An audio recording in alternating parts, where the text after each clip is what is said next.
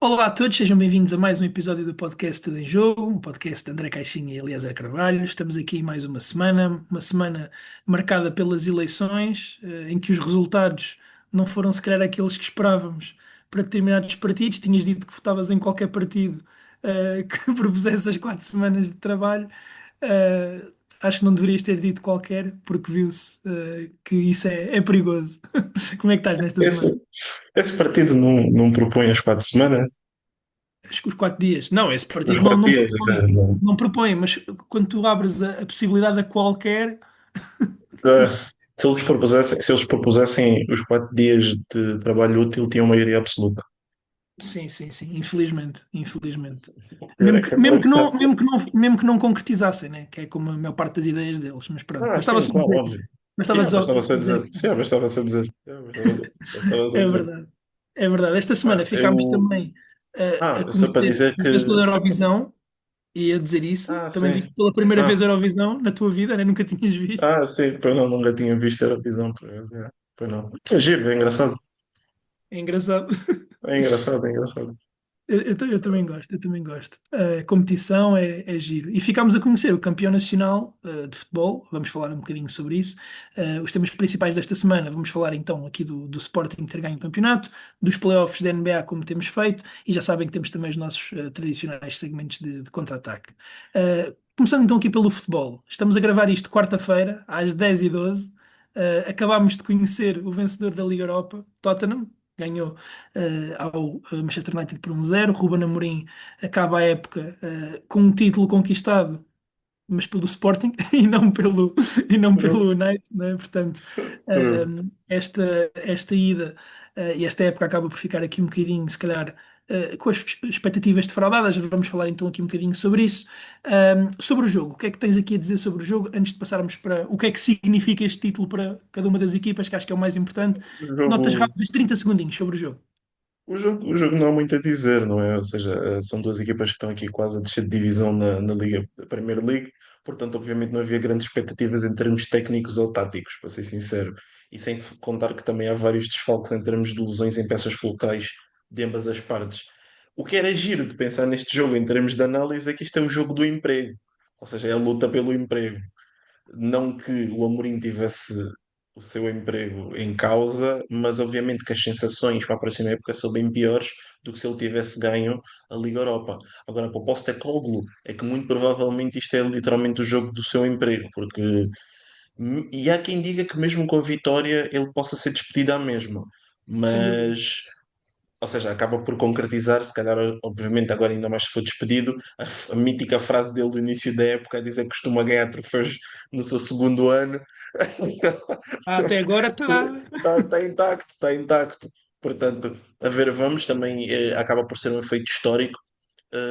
Eu tenho a certeza que ele é o primeiro treinador não europeu a ganhar uma taça europeia. Agora, eu acho que ele também já era o primeiro a ir para a final, porque pronto, né, ele é considerado australiano, apesar de ele também ser grego, mas ele tem essa vertente que ele assume-se mais como australiano e é o primeiro treinador europeu a conseguir levantar um troféu destes de competição europeia.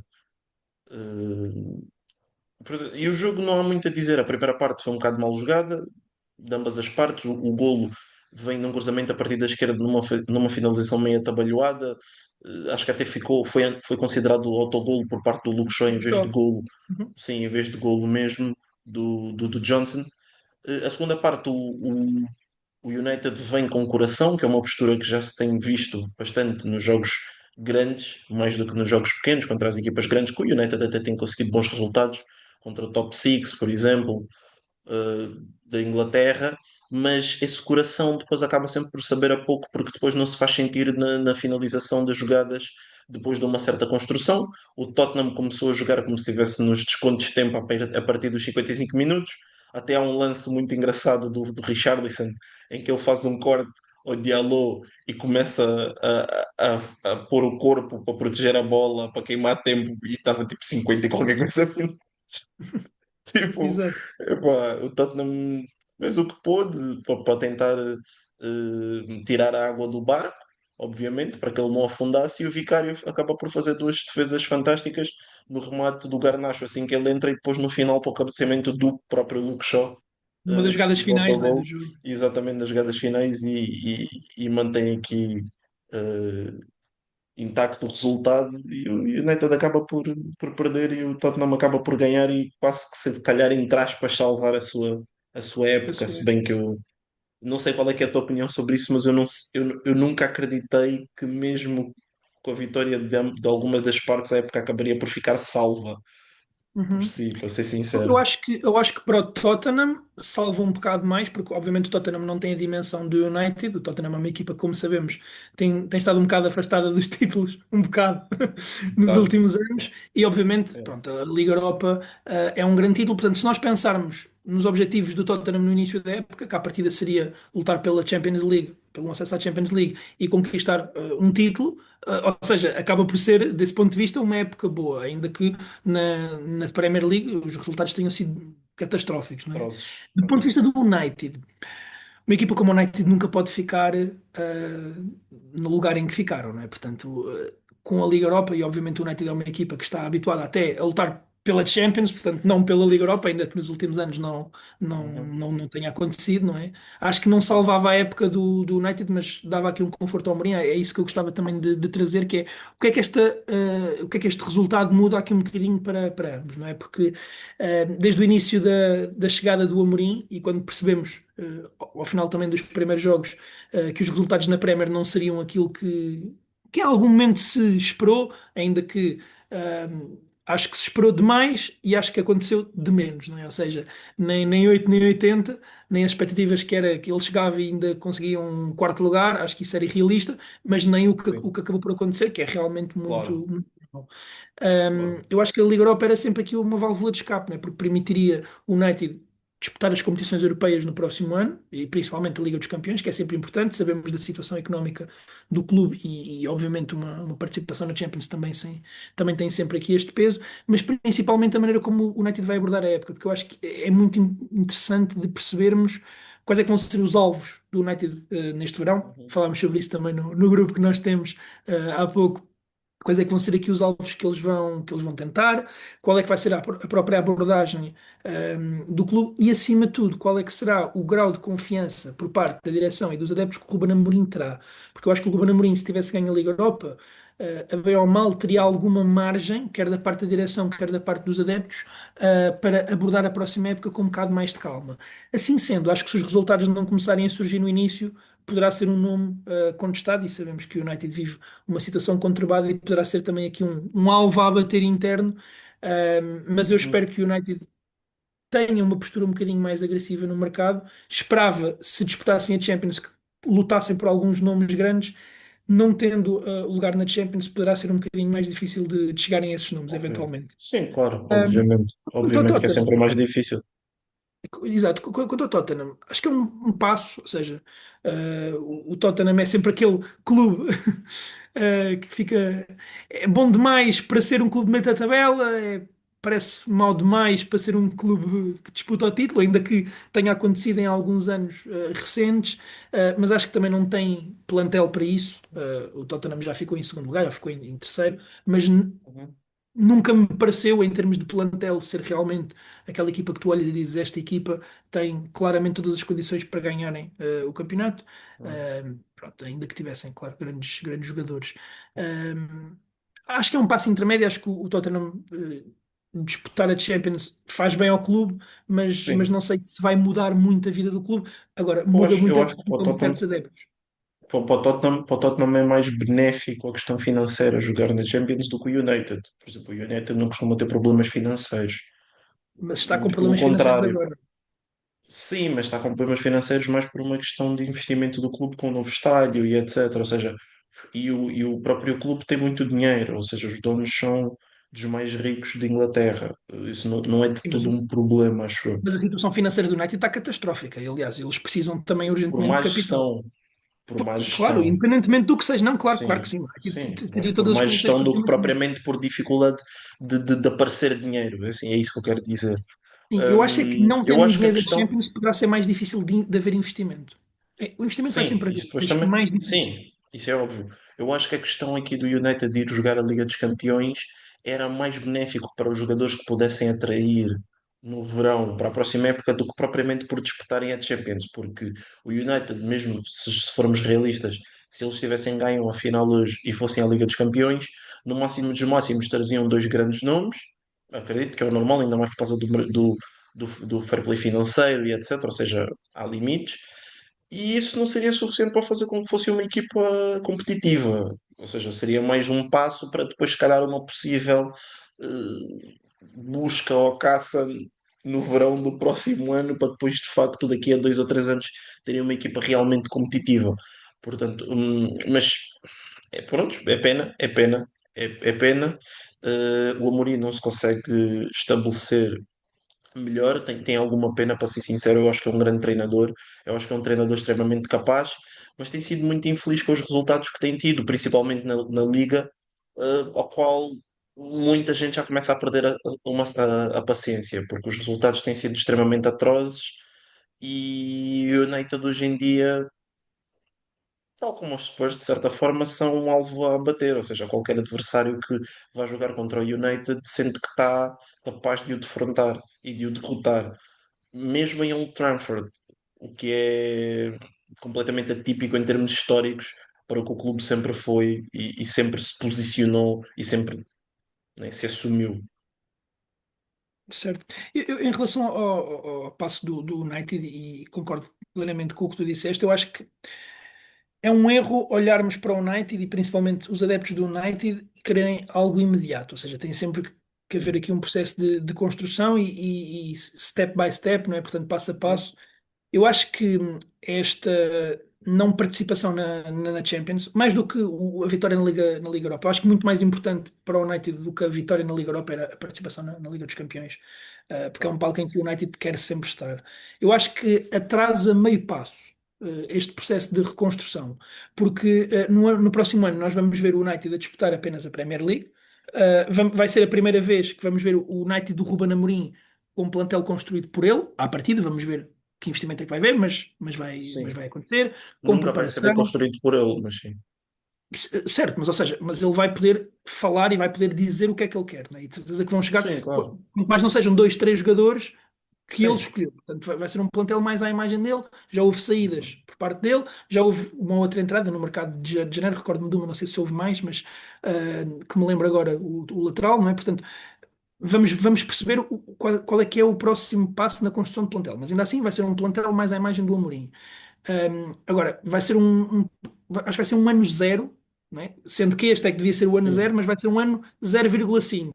Se calhar para o próximo, Eu não no sei, eu acho próximo, que estás a próximo ano. ser, eu acho E que eu estás acho a que se ser um disputassem a bocado Champions otimista. seria. Eu acho Eu que acho se que estás a ser um disputassem a bocado Champions seria otimista, muito. para ser sincero. Eu acho que estás a ser um bocado otimista. Claro que é Mas em que difícil sentido? perspectivar isto. Eu acho que é difícil perspectivar isto porque não sabemos ainda quais são os jogadores que vão chegar e que impacto é que vão ter. Mas eu acho que estás a ser otimista quando dizes que vai ser um ano 0,5. Eu acho que vai ser um ano mesmo zero, se não um bocado menos um. Porque eu não tenho a certeza se o United, mesmo só disputando a Premier League e as taças internas a próxima época, consegue se apurar para a Europa. Ou Sim, sim, mas esse é o ano 0,5, ou seja, seja, o ano zero teve que ser este, não é? sim, Portanto, este sim, ou aqui não seja, havia expectativas. Para o quando eu ano vai quero haver dizer zero, ou expectativas. seja, sim, ou seja, por mais expectativas que haja, ou seja, eu não tenho a certeza. Tu hoje em dia dirias com certeza absoluta que o United da próxima época é top 7. Não, mas acho que se o United não for top 7 na próxima época, o lugar do Ruben Amorim vai estar muito em causa. E é por isso que não é um ano zero. Porque um ano zero é um ano em que tu, à partida, Sim, era este ano. O ano zero era este ano, que é independentemente do lugar onde nós ficarmos na Premier League, a menos que te chames de divisão, não é? Porque isso seria uma coisa sim, sim. catastrófica.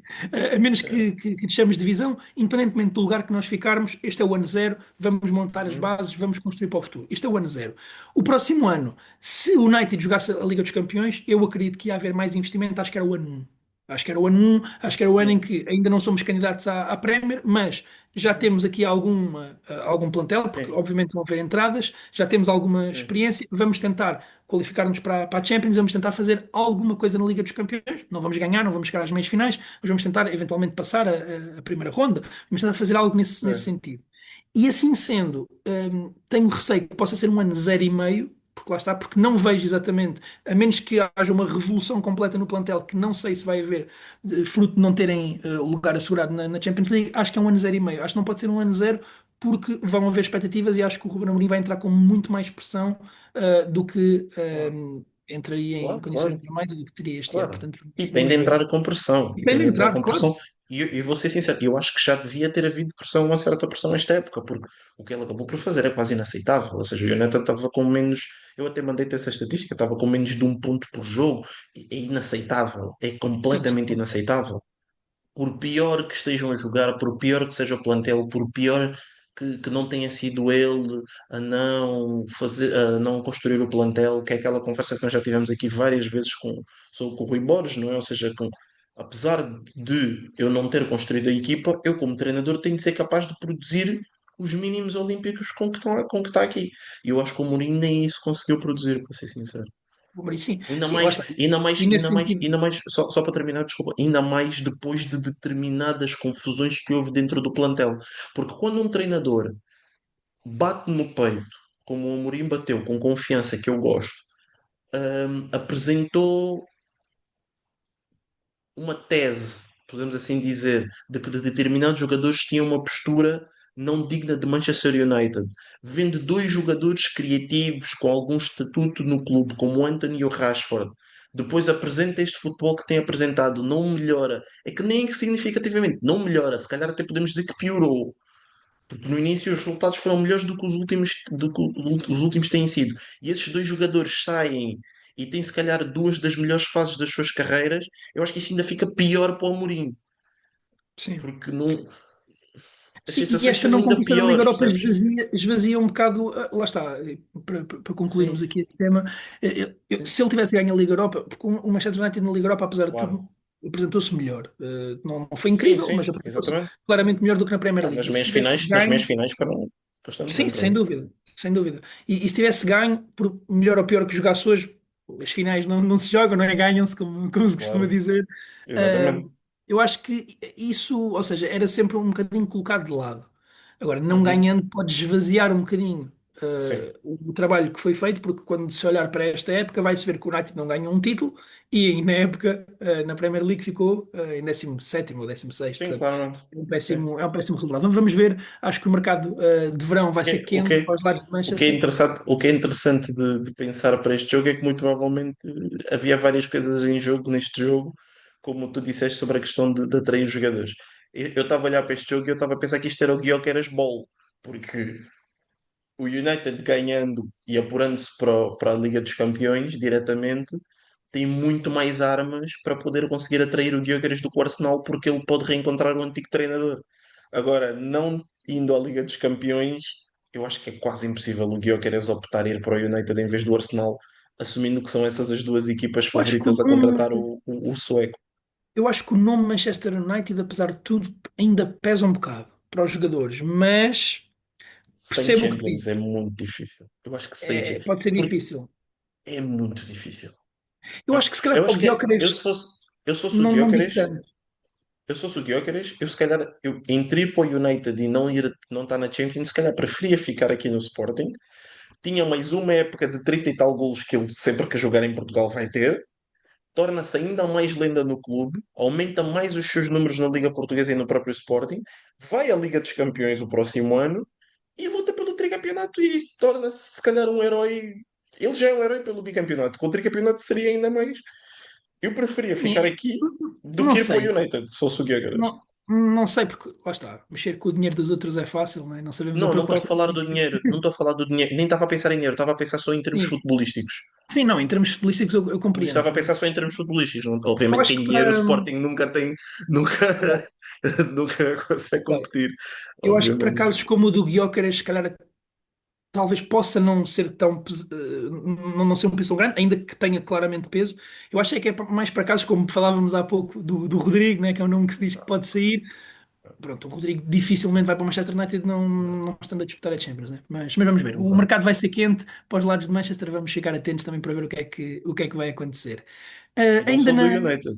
Não, não sou do United, exato. Ainda na tiada aqui do Gyökeres. Gyökeres sagrou-se campeão nacional pelo Sporting, não é? Portanto, o Sporting conquistou aqui o bicampeonato esta semana, venceu o Vitória, cumpriu a sua parte. O Benfica, que estava aqui a disputar o título com o Sporting, não cumpriu a sua parte, ainda que mesmo que tivesse cumprido, não chegaria, mas não cumpriu, e acaba por dar aqui o título ao Sporting de forma isolada, não é? Portanto, o Sporting acaba por se distanciar aqui 2 pontos. Mais do que o jogo, porque acho que é mais importante, se calhar, também termos aqui uma abordagem, o que é que este título significa, e se calhar também o que é que este não título do Benfica pode significar, numa semana em que também vai haver a Taça de Portugal, não é? Final da Taça de Portugal entre estas duas equipas, também podemos perspectivar um bocadinho, o que é que achamos deste jogo, quem é que achamos que pode ganhar. Eu acho que este título é muito importante para o Sporting. Um, Obviamente, o título, o primeiro, né? Portanto, o título de 2021, provavelmente é o que tem mais peso, porque é o que marca o fim do jejum, do Sporting, mas eu acho que para o clube, talvez este seja, o Eu mais acho que sim, importante, na, eu na medida concordo. em que marca a hegemonia do Sporting atualmente. Não, Quando sim, olhamos para o futebol concordo. português nos últimos anos, uh, ainda que para os adeptos, provavelmente aquele tenha tido um significado diferente, não é? Sim, Mas pronto, mas este aqui, quando olhamos para o futebol português atualmente, pensamos nos últimos anos, eu acho que o Sporting tem claramente que ser um nome grande, não é? Porque ainda que o é. Benfica tenha mais investimento e ainda que o Sporting na Europa não tenha ainda conseguido mostrar a Sim. dimensão Esse é o que próximo passo. é o próximo passo, exatamente. hum, eu acho que marca claramente aqui uma posição. O Sporting é a equipa que tem trabalhado melhor nos últimos anos, praticamente todos os níveis, desde a comunicação do clube e marketing até às contratações de jogadores, de treinadores, construção de tem trabalhado muito bem e tem-se visto. O Sporting fez um esforço muito grande para manter os jogadores.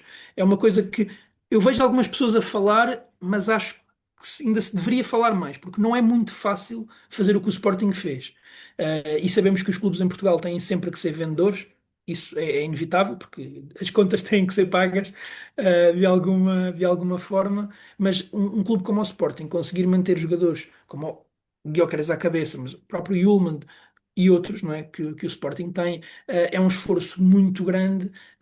O Sporting investiu muito nessa parte, e isso não é só monetariamente, não é uma renovação de contrato, passa muito por, desde logo, os jogadores sentirem-se muito bem no clube, e isso acho que a cultura que o Sporting conseguiu construir nos últimos anos beneficia muito, porque ninguém quer ficar num sítio onde não se sinta bem. Eu acho que os jogadores nota-se que gostam muito de estar no clube, e eu acho que isso é um ponto muito importante. Nota-se que o Sporting tem um bom balneário, nota-se que o Sporting é uma equipa muito coesa, é um clube que respira bem. Vamos ver agora, no primeiro ano totalmente sem Amorim, no primeiro ano sem o Hugo Viana como diretor, vamos ver como é que vão ser as vibes, não é? Como é que vão ser as vibes no clube, Uhum. mas acho que isso é um esforço que é de louvar. E depois, obviamente, o projeto do Ruben Amorim, que este título também tem algum dedo do Ruben Amorim, obviamente, porque foram 11 vitórias em 11 jogos.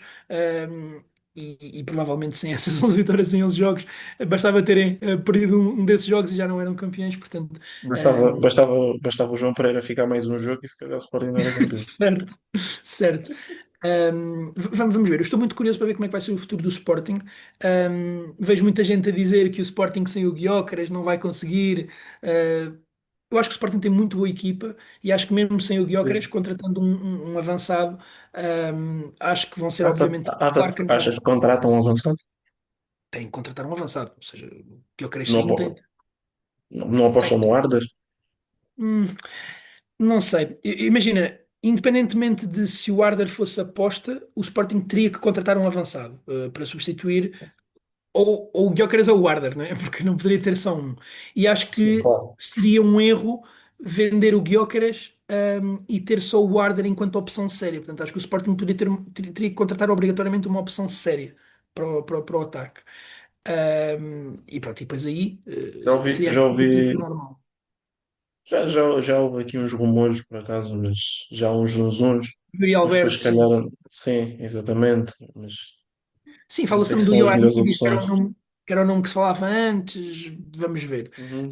Mas pronto, eu tenho muito boas perspectivas para o Sporting na próxima época. Acho que o Sporting, provavelmente, e vamos ver como é que vai ser a construção do plantel, parte para mim, se calhar, como o favorito ainda para ganhar o campeonato na próxima época. por tudo o que tem vivido e porque é uma equipa que neste momento tem estabilidade e acho que pode aproveitar esta estabilidade para construir aqui algo. Em relação ao Benfica, vou ser muito mais curto. O Benfica, eu já disse várias vezes, eu acho que o Benfica, com a saúde financeira que tem e olhando para o estado dos rivais, o Porto agora vive um bocadinho melhor financeiramente e o Sporting, obviamente, muito melhor, mas quando olhas para o estado dos clubes há 5 6 anos, o Benfica teria a oportunidade de ser aqui quase um Bayern português, em termos de hegemonia, porque a disparidade financeira, a disparidade económica entre os clubes é muito, muito grande. O Benfica teve maus investimentos, o Benfica fez contratações por valores exorbitantes. Parece que o conforto financeiro que o Benfica tinha permitia, eu não quero usar a palavra esbanjar, mas vou dizer, se calhar gastar não com tanto critério, que é uma coisa que os clubes portugueses, a bem ou mal, sempre tiveram algum, porque os orçamentos eram curtos, portanto, dentro das limitações que tu tinhas, tinhas que contratar bem, e obviamente todos os clubes vão ter flops, mas tentavas ser um bocadinho mais criterioso, como se viu, por exemplo, o caso do Sporting, poucas contratações cirúrgicas, e o Benfica parece que era disparar aqui um bocadinho para todos os lados, e dos 4 ou 5 jogadores de 20 milhões que chegavam, um deles haveria de render. Portanto, vamos ver, a situação do Rui Costa também fica um bocadinho mais fragilizada. O próprio Bruno Lage não é um nome consensual entre os adeptos, sabemos que nunca foi, e provavelmente nunca será, por melhor que as épocas E lhe há corram. eleições. E há E há eleições, eleições. os timings das E há eleições não eleições. são os melhores, sim, porque já é depois daqui do início da época. Eu espero mais um investimento forte do Benfica, mas acho que o Benfica deveria ser um bocadinho mais cirúrgico sobretudo, preparar melhor a época, porque começou a época com o Roger Schmidt.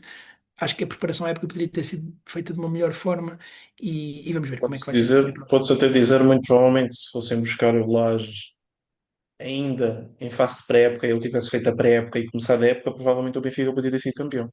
Sim, sim, sim, sem dúvida, sem dúvida. Acho que ter começado com o Roger Schmidt foi um grande, grande erro. Foi um erro Sim. muito grande por parte do Benfica e poderá ter custado aqui um E título. talvez.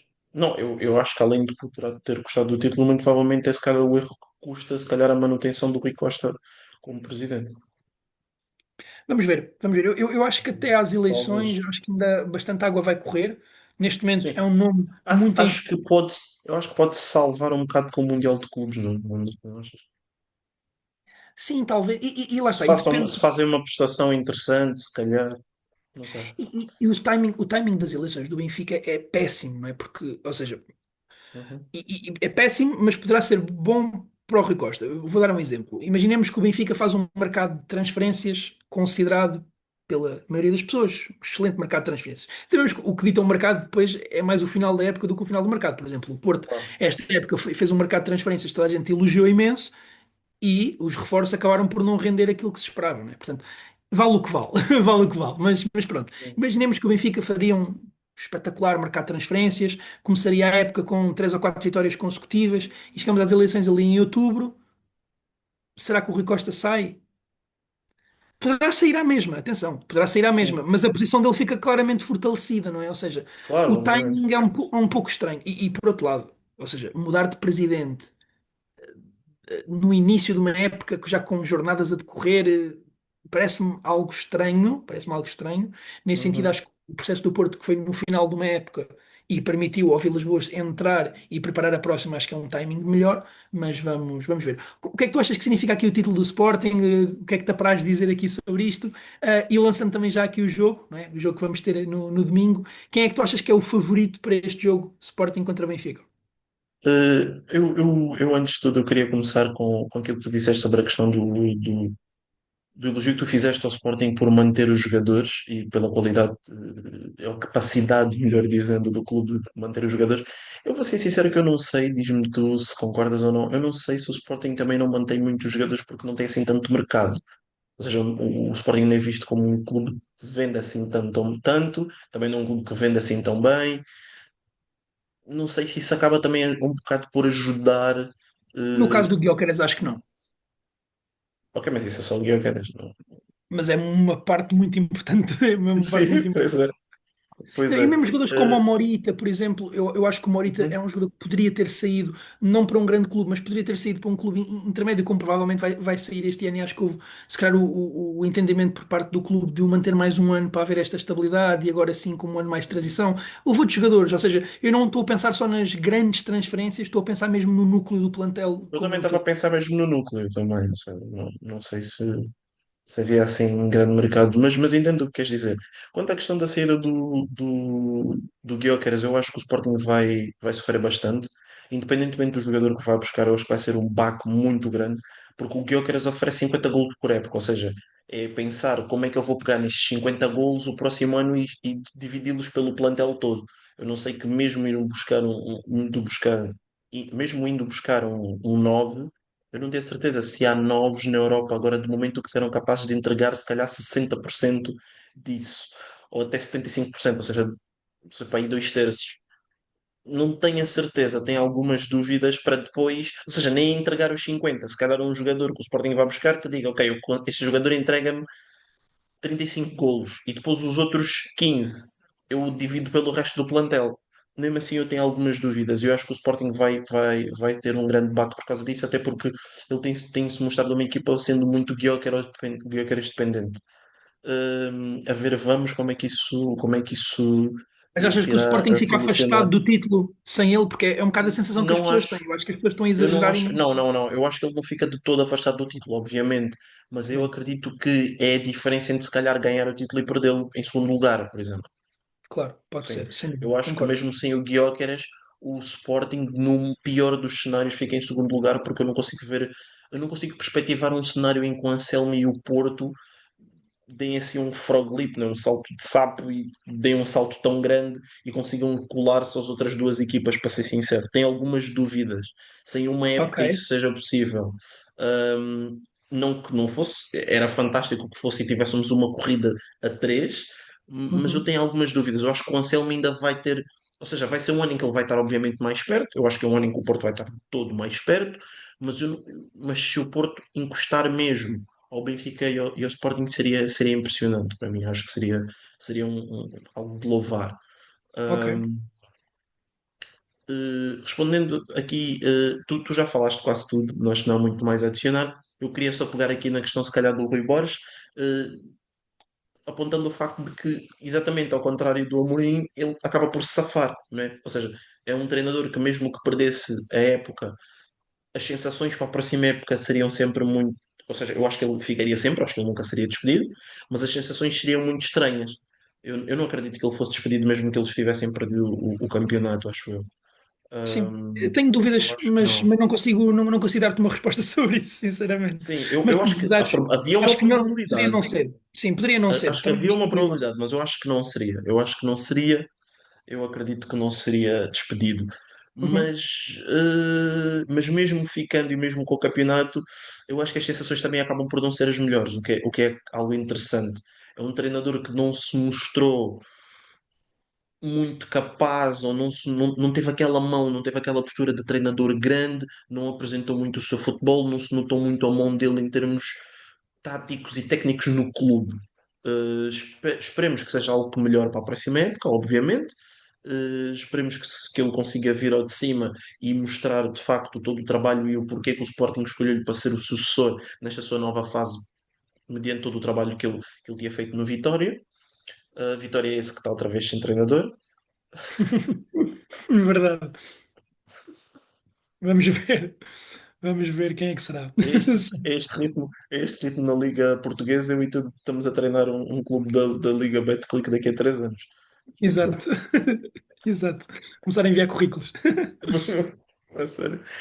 E quanto ao Benfica, eu acho que o Benfica perde, mas de certa forma eu acredito que perde um bocado de cabeça erguida. Eu acho que a questão aqui que tu falaste muito bem da saúde financeira permite ao clube voltar a investir e eu acredito que o Benfica se calhar é capaz de vender alguns jogadores ainda também este mercado, que depois Vende acaba sempre. por favorecer.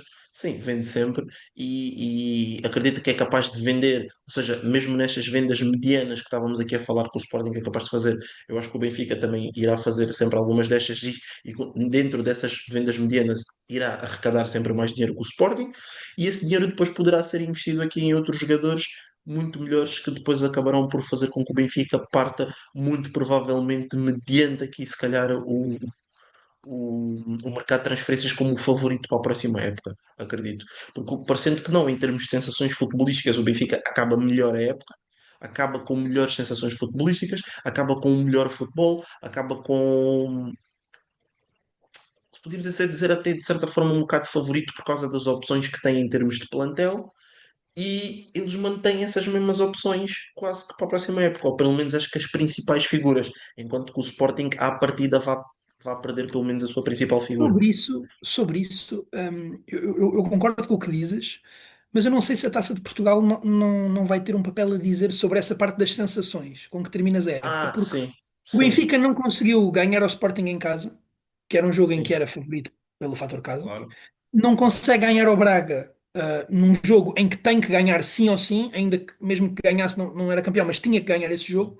Portanto, dois jogos em que tinha que ganhar e não ganhou, e agora vamos ter a taça. Eu acho que se o Sporting ganhar a taça de Portugal, o Benfica acaba a época com sensações muito negativas, sinceramente. sim, Ainda sim, que o último mês, mês e meio, concordo plenamente contigo, do Benfica ter sido em crescendo em sim. termos de sensações. Em termos Por de isso é que eu sensações, também lancei aqui a questão de se sim. achas que vai ter influência este título do Sporting, esta derrocada do Benfica nestes dois últimos jogos em que não consegue ganhar nenhum, se achas que vai ter ou influência, quem é que tu colocas como favorito e quem é que tu achas que vai ganhar aqui na Taça de Portugal? Eu acho que é muito difícil. É muito difícil para mim perspectivar um favorito e dizer quem é que para mim é a equipa, porque eu consigo ver os dois lados. Eu acredito que o Sporting, obviamente, estando extremamente motivado e obviamente querendo ir atrás não é? Da dobradinha. Da dobradinha, exatamente, ir atrás da dobradinha, mas ao mesmo tempo eu entendo que o Benfica se calhar quer recuperar a época e pelo menos levar uma taça para casa. Se bem que obviamente é um prémio de consolação e Claro.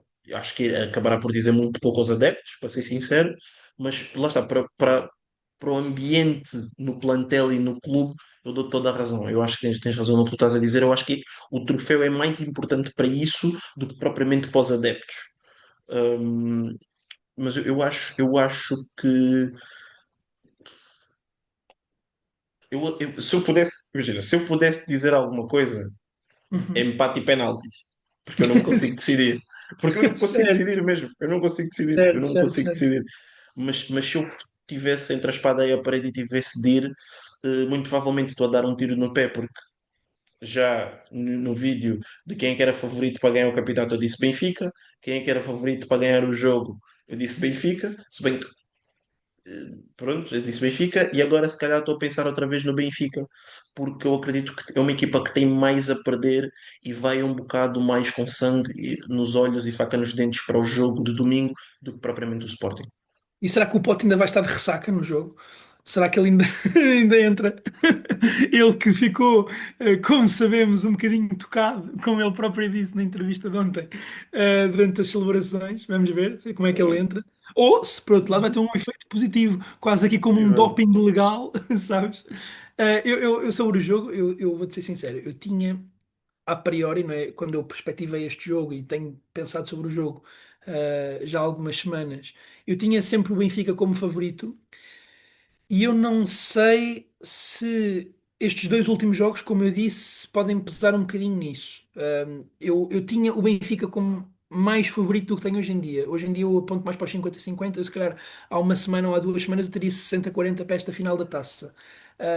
Sabemos que há algumas equipas que ficam um bocadinho, eu utilizei a expressão ressaca, mas nesta ressaca do título, ou seja, o título como aquela descarga de emoção muito grande e que depois o jogo muitas vezes acabam por não conseguir concretizar. No caso do Sporting, mas eu aqui neste caso eu acho que o título pode ter feito bem ao Sporting para este jogo e se calhar mal ao Benfica. E depois há a questão do Gyökeres, né? Provavelmente o último jogo do Gyökeres pelo Sporting, saber Sim, como é que vai ser e como é que vai ser sim. aqui o Se ele bem que que não a questão conseguiu da ter um grande análise. impacto nos últimos dois jogos, né? Em termos de golos, por Sim, exemplo. claro. Sim, claro, claro. Se bem que. Bem, não tem grande impacto, ele faz o 2-0 contra a Vitória, portanto. Sim. Uh, basicamente é o gol. Esse aqui é o gol do campeonato, porque Sela. basicamente Sim, que garante, Sela. Que Sela. né, que Exato. sela o campeonato. Um, eu ia dizer sobre.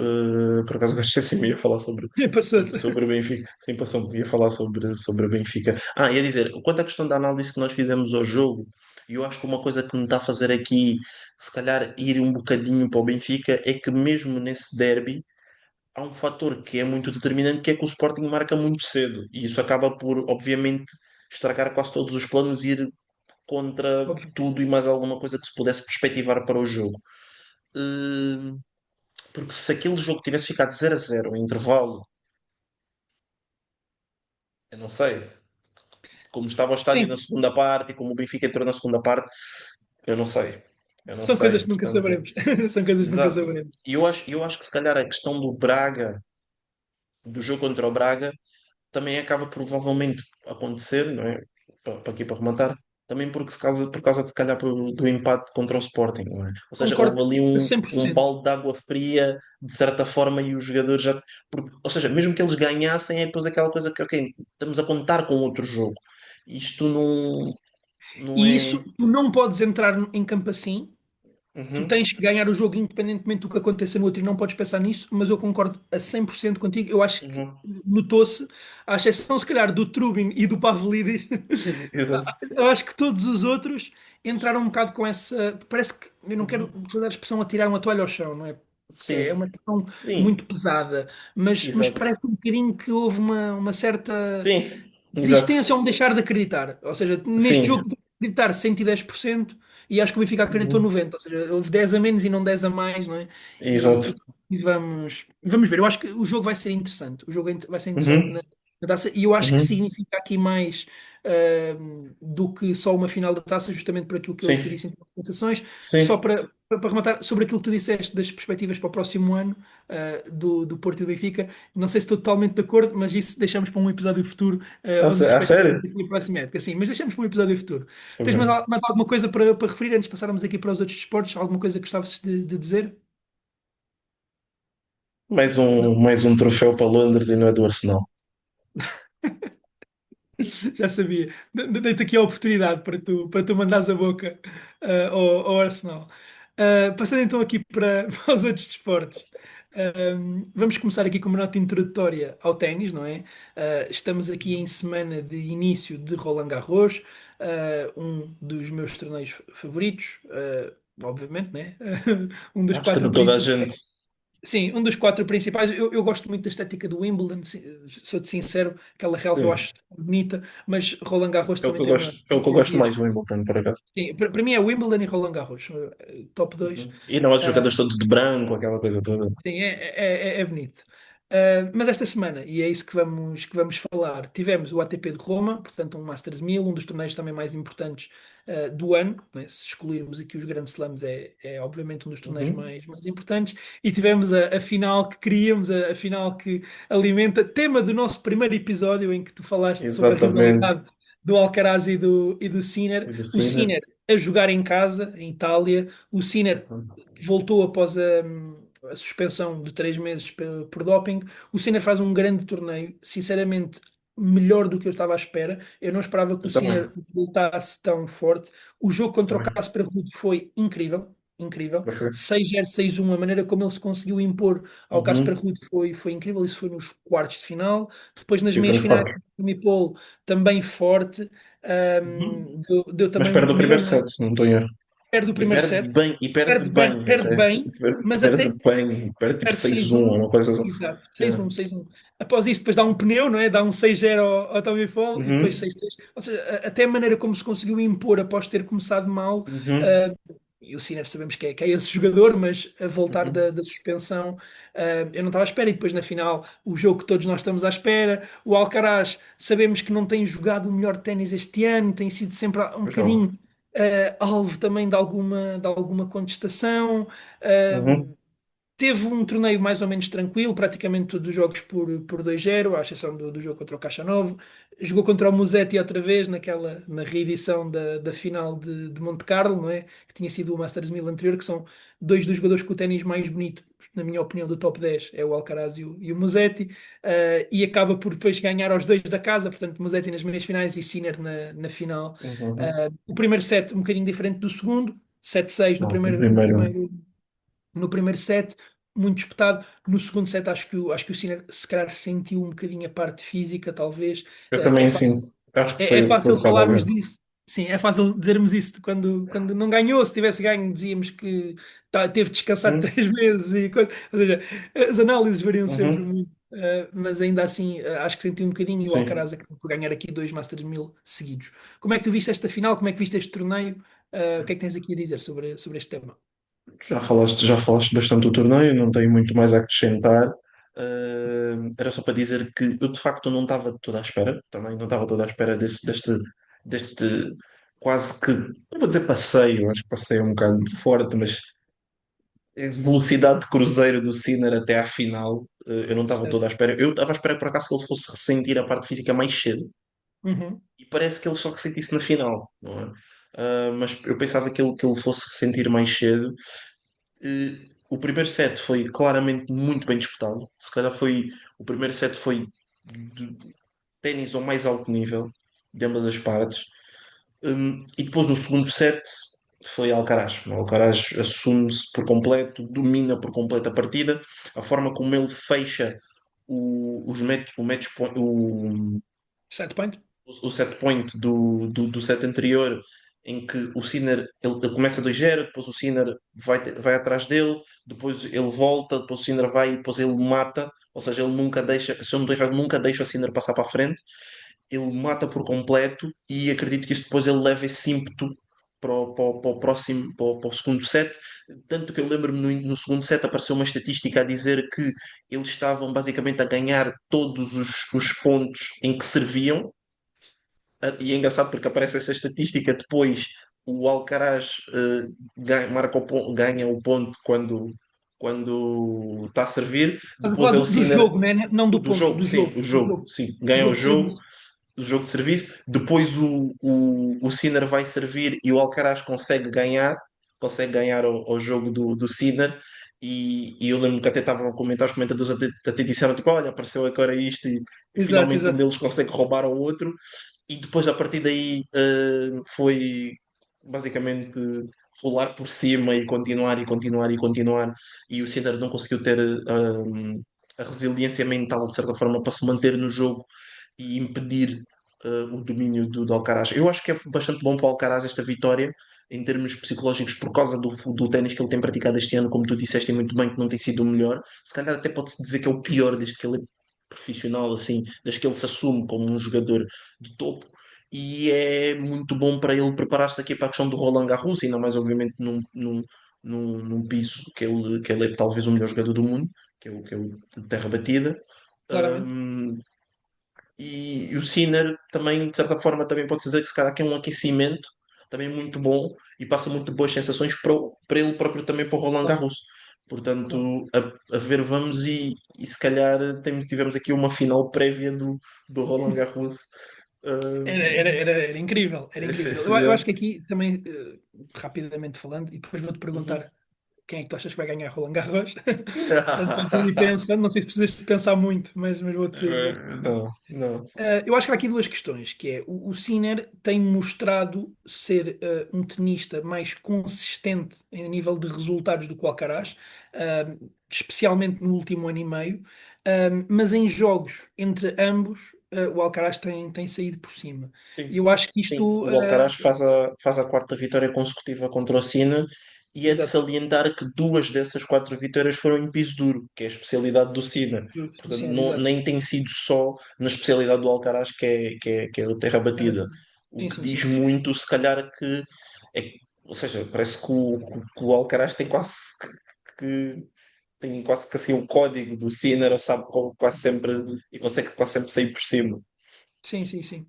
Eu acho que existem estas duas dicotomias, não é? Porque lá está, o Sinner é um tenista mais estável, estando os dois um ano inteiro, pronto, este ano vai sempre ficar aqui um bocadinho condicionado pela suspensão e a maneira como ele vai voltar ou não, mas estando estáveis, parece que o Sinner irá ganhar mais torneios numa base semanal do que o Alcaraz. Quando chegamos aos grandes slams e aos confrontos entre ambos, acho que poderá ser um bocadinho diferente. Vamos ver como é que esta Eu rivalidade acho que, eu acho que vai evoluir. em termos, só para resumir, eu diria que o que me parece é o Alcaraz tem um teto maior do que o Sinner, em Uhum. termos de talento e o quão ele consegue produzir pontos, ir buscar bolas e E tem mais manter-se no ténis. jogo, etc. Tem Tem mais muito mais ténis. cenas, ou seja, tem muito mais, mas o Sinner tem um chão maior do que o Alcaraz. Ou seja, o mínimo que ele vai apresentar não é tão baixo quanto o do Alcaraz. E tem, O sim, e tem Alcaraz, muito menos flutuações, lá está, muito menos flutuações. exato, exato, é isso que eu quero dizer com um chão maior. Ou seja, o mínimo que eles são capazes de apresentar, o do Alcaraz é um bocado mais baixo, mas depois, quando comparamos o teto do Alcaraz é mais alto, então depois também E o acredito que Alcaraz, consegue ter muito o mais. que dizia com as flutuações é que o Alcaraz também mais vezes vai ao topo e mais vezes vai ao chão. Enquanto que o Exatamente, Sinner muitas exatamente. vezes não vai nem É ao topo isso. nem ao chão dele, ou seja, está estável dentro dele, o Alcaraz mesmo dentro da sua alcarazice vai lá Exato. acima e vai lá abaixo. E É. pronto, mas eu tenho uma preferência pelo Alcaraz, confesso. Portanto, Uhum. fiquei feliz. Mas vá, rapidamente para passarmos então para a Fórmula 1, quem é que achas que vai ganhar? Roland Garros? Quem é que colocas aqui como favorito? Para mim, Alcaraz. Alcaraz. Alcaraz. Alcaraz. Eu, eu concordo, Alcaraz acho Eu acho que Roland Garros, ainda mais terra batida, ele é espanhol, aquilo era do Nadal, agora é dele, basicamente. Eu vou que sempre é passagem de testemunho. Alcaraz. É, eu acho que sim. Eu acho que Sim, sim, sim. eu vou sempre apostar. É. No Alcaraz, sim, eu concordo Uhum. contigo. Eu concordo contigo. E será que é este ano que o Zverev ganha ganha um grande slam? Vamos ver, vamos ver. Vamos ver. Talvez nos Estados Unidos. Talvez, pois, talvez. E a odd para Talvez isso é nos Estados boa. Unidos. Atenção, É. BetClick, se nos patrocinar, a odd para isso é boa. Nós começamos a ter aqui um segmentozinho de aconselhamento. Sabemos que existem espectadores nossos que dizem que fazem dinheiro à pala das nossas apostas. Se quiserem meter os 5 eurinhos no Zverev a ganhar o Australian Open, o USA Open, acho que a odd é para aí 10 ou 12, portanto, uma notinha lá.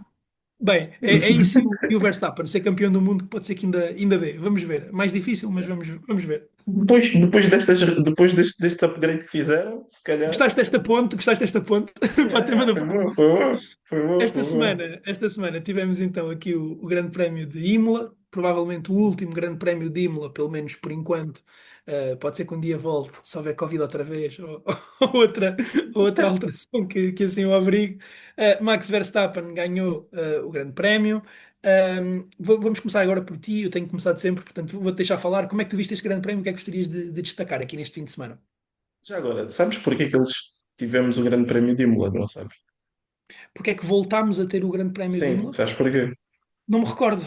Não foi por causa do O Covid, que não. se, não, o que se diz que houve este ano foi porque a FIA tinha feito uma proposta a Monza, porque Monza precisa de fazer aqui umas obras que é para poder ter, para poder albergar mais adeptos, porque ou seja, o complexo de Monza não recebe assim tantos adeptos, tem muito poucos bilhetes VIPs e a Uhum. FAA quer começar a aumentar as vendas. Então eles falaram com os donos, ou os representantes, as pessoas que tratam dessas questões em Monza, e elas mostraram assim um bocado relutantes. Então eles puseram Imola, que é para... Mas voltou na altura do Covid, não foi? Ou Sim, não, estou. mas sim, estava a dizer para esta época. Sim, sim, Para sim. esta época, para Para esta esta época. época. Tanto que se fala que é capaz de acontecer exatamente a mesma coisa no GP de Barcelona, que eles são capazes de fazer o GP em Madrid, porque supostamente o circuito de Madrid acho que seria um circuito de rua, se eu não tenho erro, mas também teria muito mais angariações em termos financeiros se Barcelona não se adaptar aqui aos novos mínimos que a FIA quase que Exato. obriga os GPs a ter. Um, Quanto ao fim de semana, foi uma boa corrida. Foi uma boa corrida, vou dizer que foi uma boa corrida. Eu acho que não foi a corrida mais interessante em termos de corrida, foi muito interessante em termos de estratégia por causa do Virtual Safety Car e do Safety Car. Houve pilotos que foram extremamente azarados, como né, o maior piloto, como é que ele disse? O piloto mais azarado de sempre, que é o Fernando Alonso. Exato. Exato. E outro que também que já tem sido muitas vezes azarado também é o Charles Leclerc. Eu achava que ias falar dele, Um, depois percebi, é meio que não. Sim. O Não, Leclerc, já não exato. me Leclerc, sim. Não, mas porque o Alonso disse mesmo isso, ele disse que era o piloto mais azarado. E o Leclerc também disse algo do género, tipo, always me, com aquele sotaque dele Yeah, super. yeah, yeah, não sei. Certo, certo. Yeah, yeah. E depois há outros que aproveitaram muito bem. Eu acho que o meu driver of the weekend, não é? Que é quase aqui o meu segmento, eu tenho feito sempre o Albon, não tem como, que acaba por sair um bocado. ter aqui algum azar, algum infortúnio aqui nesta disputa com o Leclerc, em que eu tenho de ser sincero e temos de criticar aqui os stewards, que eu acho que eles têm de fazer um trabalho muito mais rápido do que o que fizeram na ação ao incidente, em que, obviamente, que o Leclerc tira o Albon da pista, o Albon volta a entrar, e é de evidenciar que o Leclerc dá a posição de pista não porque os stewards deram-lhe alguma coisa, disseram alguma coisa. A própria equipa da Ferrari pediu ao Leclerc para ele dar a posição, com receio de os stewards avaliarem que ele devia receber uma penalização de 10 segundos por causa daquele incidente ali na chicane. Uh, Porque se ele tivesse essa penalização, ele ia descer mais do que um lugar, porque por causa do safety car eles estavam todos muito mais juntos. Então ele dá essa posição. Só que o Stewart ainda agiu muito mais rápido. Porque por causa disso, o Hamilton ganha duas posições. Porque se o Albon não dá o overtake ao Leclerc, muito provavelmente o Hamilton também passava o Leclerc, mas aí o Albon acabava em quarto lugar e não em quinto. Isso é Exato. completamente diferente. Ou seja, que é uma situação que tem-me incomodado cada vez mais nos desportos, e eu não sei, queria saber a tua opinião, que é, por norma, quando há estas situações, o infrator acaba sempre, ou seja, a penalização do infrator acaba por sempre ser, ou quase sempre, menor do que a pessoa que sofreu a infração. Porque Sim, muitas vezes beneficias o o Albon, infrator. exato, ou seja, o Albon saiu muito mais lesado porque ele não fica em quarto lugar, fica em quinto. Porque ele, em Sim, condições normais, teria ficado em quarto e quiçá podia ter chegado a terceiro, porque ele estava com um pace muito interessante e ele muito provavelmente conseguia ter chegado ao sim. Piastri. Não sei se ultrapassaria, mas sim. Mas Mas chegava. Depois ultrapassando nunca se sabe, não é? Nunca certo. se sabe, mas eu também não acredito que ultrapassaria. Mas chegava lá, não é? Ou seja, e a sensação era diferente. Mas mesmo assim, acho que é o Driver of the Weekend, faz muito bem. Fica em sétimo lugar na qualificação, fica em quinto lugar na corrida. A Williams, rapidíssima, pode-se dizer que se calhar este fim de semana tinha o terceiro carro mais rápido, o que é fantástico, é muito, muito impressionante o trabalho que tem sido feito aqui na Williams. O Max Verstappen brindou-nos com se calhar um dos melhores overtakes que eu já vi na minha vida, ali no Turn 1, e acho que tu vais ter de mudar o teu slogan, que isto não é quem ganha a pole, isto agora é quem está em primeiro Na na, primeira, na primeira curva. primeira curva, sim, É sim, para a sim. primeira Eu curva. acho que já tinha, eu Primeira acho que já tinha curva. dito isso num episódio anterior também. Acho que já tinha dito isso no É, episódio anterior também, mas é sem dúvida isso. é a primeira Aliás, o curva. ar É. limpo, pronto, eu não vou bater outra Sim. vez nisso. Parece aqueles velhos que vêm para aqui todas as semanas dizer as mesmas coisas. Parece aqueles Mas, velhos da NBA, das coisas que é tipo, no meu tempo e tal. yeah, no É, meu tempo não havia ar limpo. Ou, quer dizer, havia, não tinha havia, tanta influência. Certo, não certo, havia era certo, da certo. Pierre. Yeah. Eu concordo contigo, eu E, acho que foi. acho que é tudo de evidenciar, acho que é isto. E depois tinha uma pergunta aqui para te fazer. E queria também só Sim. evidenciar aqui a questão do fim de semana, se calhar menos positivo para o Piastri, que depois acaba por ser muito positivo para nós, porque o Verstappen ganhando, o Norris em segundo, Uhum. aproximam-se do Piastri, mas o Piastri aqui outra vez a passar uma sensação não tão boa, que é, mais uma vez, ele tem pole e não ganha. Eu não sei se sabes, mas o Piastri nunca ganhou uma corrida que fez pole. E isso não é muito bom, porque outro piloto que também se critica muito nesse aspecto é o Leclerc, mas o Leclerc sempre fez poles não tendo o carro mais rápido, portanto era Claro. expectável. Mas aqui com Piastri isso está-se a tornar quase como uma tendência, ou seja, ele não conseguir converter em vitória as suas poles. Tinha a ideia que ele já tinha ganho corridas a fazer Não, pole. não, Não, não tinha não. esse dado na minha cabeça. Sim, portanto, neste momento o campeonato, Piastri com 146 pontos, Norris com 133, Verstappen com 124, portanto abre aqui um bocadinho de perspectivas, numa altura em que parecia que o Piastri estava cada vez a abrir mais vantagem para Exato. os dois de baixo, e até o próprio Norris, se calhar a distanciar-se também um bocadinho do Verstappen, a tendência acaba por ser cortada. Eu acho que este segmento, esta corrida e a próxima, portanto a próxima Mónaco, este fim de semana, eu acho que são muito importantes para o Verstappen, com ou sem melhorias no carro, que à partida vimos que as houve, porque Ele são próprio pistas, falou disso. Ele próprio falou disso. exatamente, exatamente, porque na verdade o que nós temos visto do Verstappen não é tanto uma dificuldade em qualificação, é mais depois na própria corrida, ou seja, Sim, o ritmo de corrida. o McLaren é mais superior em corrida do que em qualificação ao Red Bull do Verstappen. Ao Red Bull do Verstappen. E a verdade é que estas duas corridas são corridas em que quem fica com a pole ou quem parte da primeira linha, vá, especialmente esta, mas Mónaco também é uma corrida com poucas ultrapassagens, portanto, em que o Verstappen fazendo a pole teria sempre muito mais chances de ganhar uma corrida do que outras corridas em que esse ritmo de corrida se vai ver mais e o desgaste dos pneus, que também que sabemos que é uma Uhum. questão que o carro da McLaren lida melhor e no Mónaco, pronto, acaba por não se colocar tanto essa questão. Portanto, havendo aqui essa vertente, eu achava que este trecho pode ser aqui importante para o Verstappen a relançar um bocadinho a corrida. A primeira Uhum. corrida cumprida com sucesso. Vamos ver agora o Mónaco se também Uhum. consegue ganhar. Acho que relançaria completamente aqui o campeonato. Sim. Ahm, Relativamente aqui às notas, também falaste um bocadinho de tudo o que praticamente eu ia referir. Só dizer que a Ferrari, com uma qualificação muito dura, não é? Porque nenhum a passar para a Q3 em casa é muito duro, é muito duro. A corrida acaba por correr muito bem ao Hamilton, porque fica em E em quarto. casa, literalmente em casa, porque o, o Sim, coisa sim. chama-se. A Ferrari. pista Sim, chama-se sim. Ferrari. Exato, exato, exato. Sim, pronto, ainda que a casa Ah, oficialmente, quando pensamos, seja mais sim. Monza, não é? Mas sim, mas claro, em Uhum. casa e os tifosi sempre presentes em Itália e foi um bocadinho dura a qualificação, a corrida acaba por correr melhor e os Williams, mais uma vez, espetaculares. Dar só a nota Uhum. que o Colapinto, não é?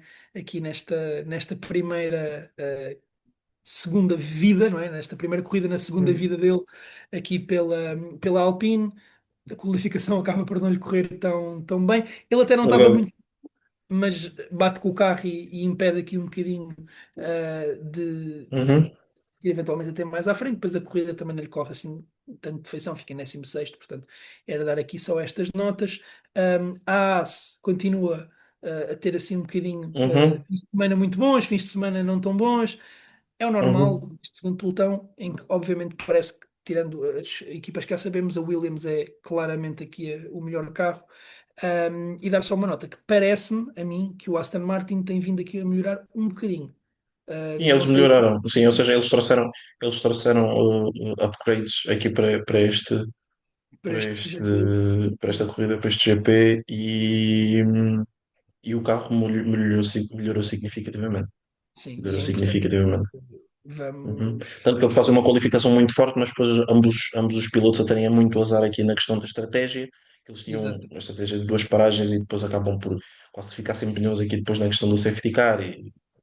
E o exato, Alonso a ter mais uma vez, mais uma corrida em 11º lugar, que acho que já é a terceira ou quarto resultado dele em 11º, e a ficar aqui fora dos pontos por muito pouco, mesmo exato. mantendo o nosso grande Lance Stroll no top 10.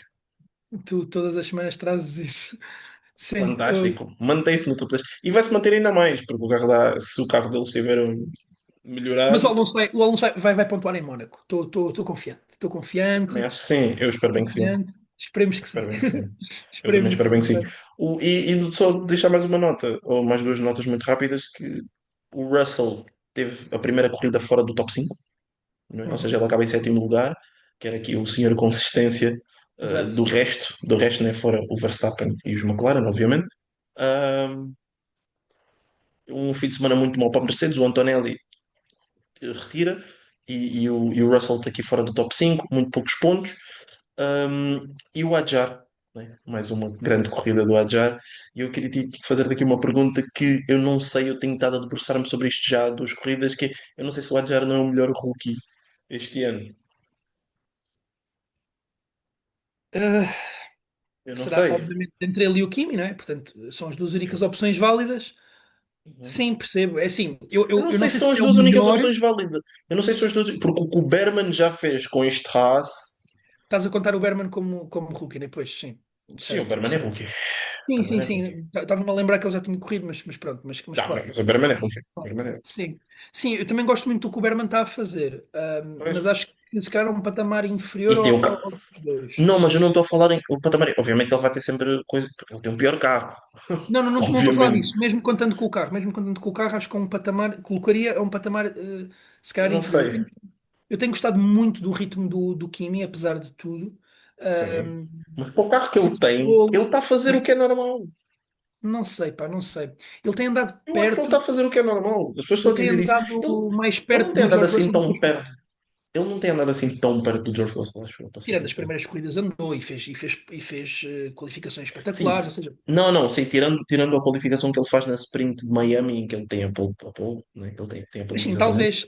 talvez o Adjar, Ah, talvez o Adjar seja o melhor rookie. Eu coloco se é, calhar o é Adjar em porque primeiro, o Kimi em segundo e o Berman em terceiro. estás a dizer, as pessoas dizem isto e depois eu olho para um dado estatístico que quando eu estava pronto, né, a fazer a análise normal, olhar para as coisas, eu reparei que eu acho que ainda ninguém disse isto. Eu nunca ouvi ainda ninguém dizer isto esta época. Mas eu não sei se já deste conta, mas o Russell tem o mesmo número de pódios esta época que o Verstappen. Sim, o George Russell está incrível. Mas O próprio sim, Russell tem ele sido tem o sempre mesmo apontado aqui número como de o senhor pódios. consistência. Uma coisa é ser o seu consistência para o top 5, outra coisa é que eu fiquei chocado. Ele tem o mesmo número de pódios. A diferença é que o Verstappen ganhou duas corridas, ele ficou em terceiro três vezes Claro, e bem segundo bom. uma. É, Mas com o Mercedes que tem estado, principalmente com as dificuldades que o Mercedes já apresentou, ele ter o mesmo número de pódios que o Verstappen é é incrível, sem fantástico, é dúvida. incrível, é incrível, é incrível. Passando então aqui para o nosso tema principal desta semana, vamos continuar nos playoffs. Já sabem que vamos acompanhar aqui cobertura completa dos playoffs no podcast Tudo em Jogo. Vamos começar pelo Oeste. Na última vez que gravámos isto, Eliezer, ainda não tínhamos visto o jogo 7 entre Oklahoma City Thunder e Denver Nuggets, não é? Que acabou aqui com a vitória esmagadora dos Thunder sobre os Nuggets. 30 segundos sobre esse jogo. O que é que achaste? O que é que tens a dizer sobre esse jogo? Caruso. Alex Caruso, exatamente. É aqui a nota. Alex Caruso que defendeu Nikola Jokic, não é? Com menos de 3 metros e Exato. meio, mas conseguiu. É Eh, um defensor espetacular, apesar de às vezes dar uhum. assim umas corridinhas e os árbitros deixarem passar. Apesar de. Mas por acaso isso é uma coisa muito interessante. Eu não sei, eu acho que era engraçado fazer se calhar o exercício de pensar se foi de propósito ou não. Se foi de propósito a questão de, ok, que ele estava a defender bem o Jokic, mas ele estava a fazer muitas faltas. E obviamente um jogador pequeno com um jogador grande, os árbitros deixam passar muito mais coisas, ou seja, ele está a fazer alguma coisa. E obviamente que também a ideia de especialista defensivo do Caruso ajuda-lhe a escapar também com algumas coisas. Obviamente. Obviamente. Portanto, eu não sei se foi uma coisa pensada por parte do standard do género, tipo, vamos fazer isto de propósito, ou se foi daquelas coisas que é tipo, vamos pô-lo, está a correr bem, fica. Estás a perceber? Exato, exato, exato, Estás a concordo. perceber? Imagina Não que era sei tipo bem o o que é Westbrook a defender o Jokic, que era o Westbrook, que é. tinha sido com 6 faltas. Mas sério, se o Caruso defendesse o Shea, ele era fouled out na primeira parte. Certo, provavelmente, provavelmente. Logo, não é provável, logo, ele era foul na primeira parte, da forma como chega em a faltas e etc. Mas é basicamente isso, ou seja, foi o adjustment, não? Ou seja, foi muita fisicalidade, basicamente, para cima do Jokic, e é muito interessante porque eu estava a ver o Game 7, quase que adormeci, para ser sincero, porque tinha acabado logo no intervalo, e eu estava a pensar que foi, ou seja, o ano passado, depois dos Nuggets terem sido eliminados pelos Minnesota, falou-se, ou seja, quase que foi uma coisa de descoberta de pólvora, de eureka, eureka, descobrimos a forma de parar o Jokic. E é aquela toda questão de mandar corpos para cima dele, desgastá-lo fisicamente, cansá-lo, etc, etc, blá, blá, blá, blá. E houve a manchete quase de que o Jokic teve o maior desafio defensivo da carreira dele contra o Gobert e o Cat e o Reed e qualquer outro jogador que eles tenham tirado para cima dele o ano passado. E este ano os Thunder pegaram nisso e levaram a fasquia. Basicamente, ou seja, foram ainda mais físicos, tinham ainda mais corpos para tirar para cima dele, E com corpos mais foram ainda diferentes. melhores. Diga, o quê? E com corpos mais Ah, diferentes.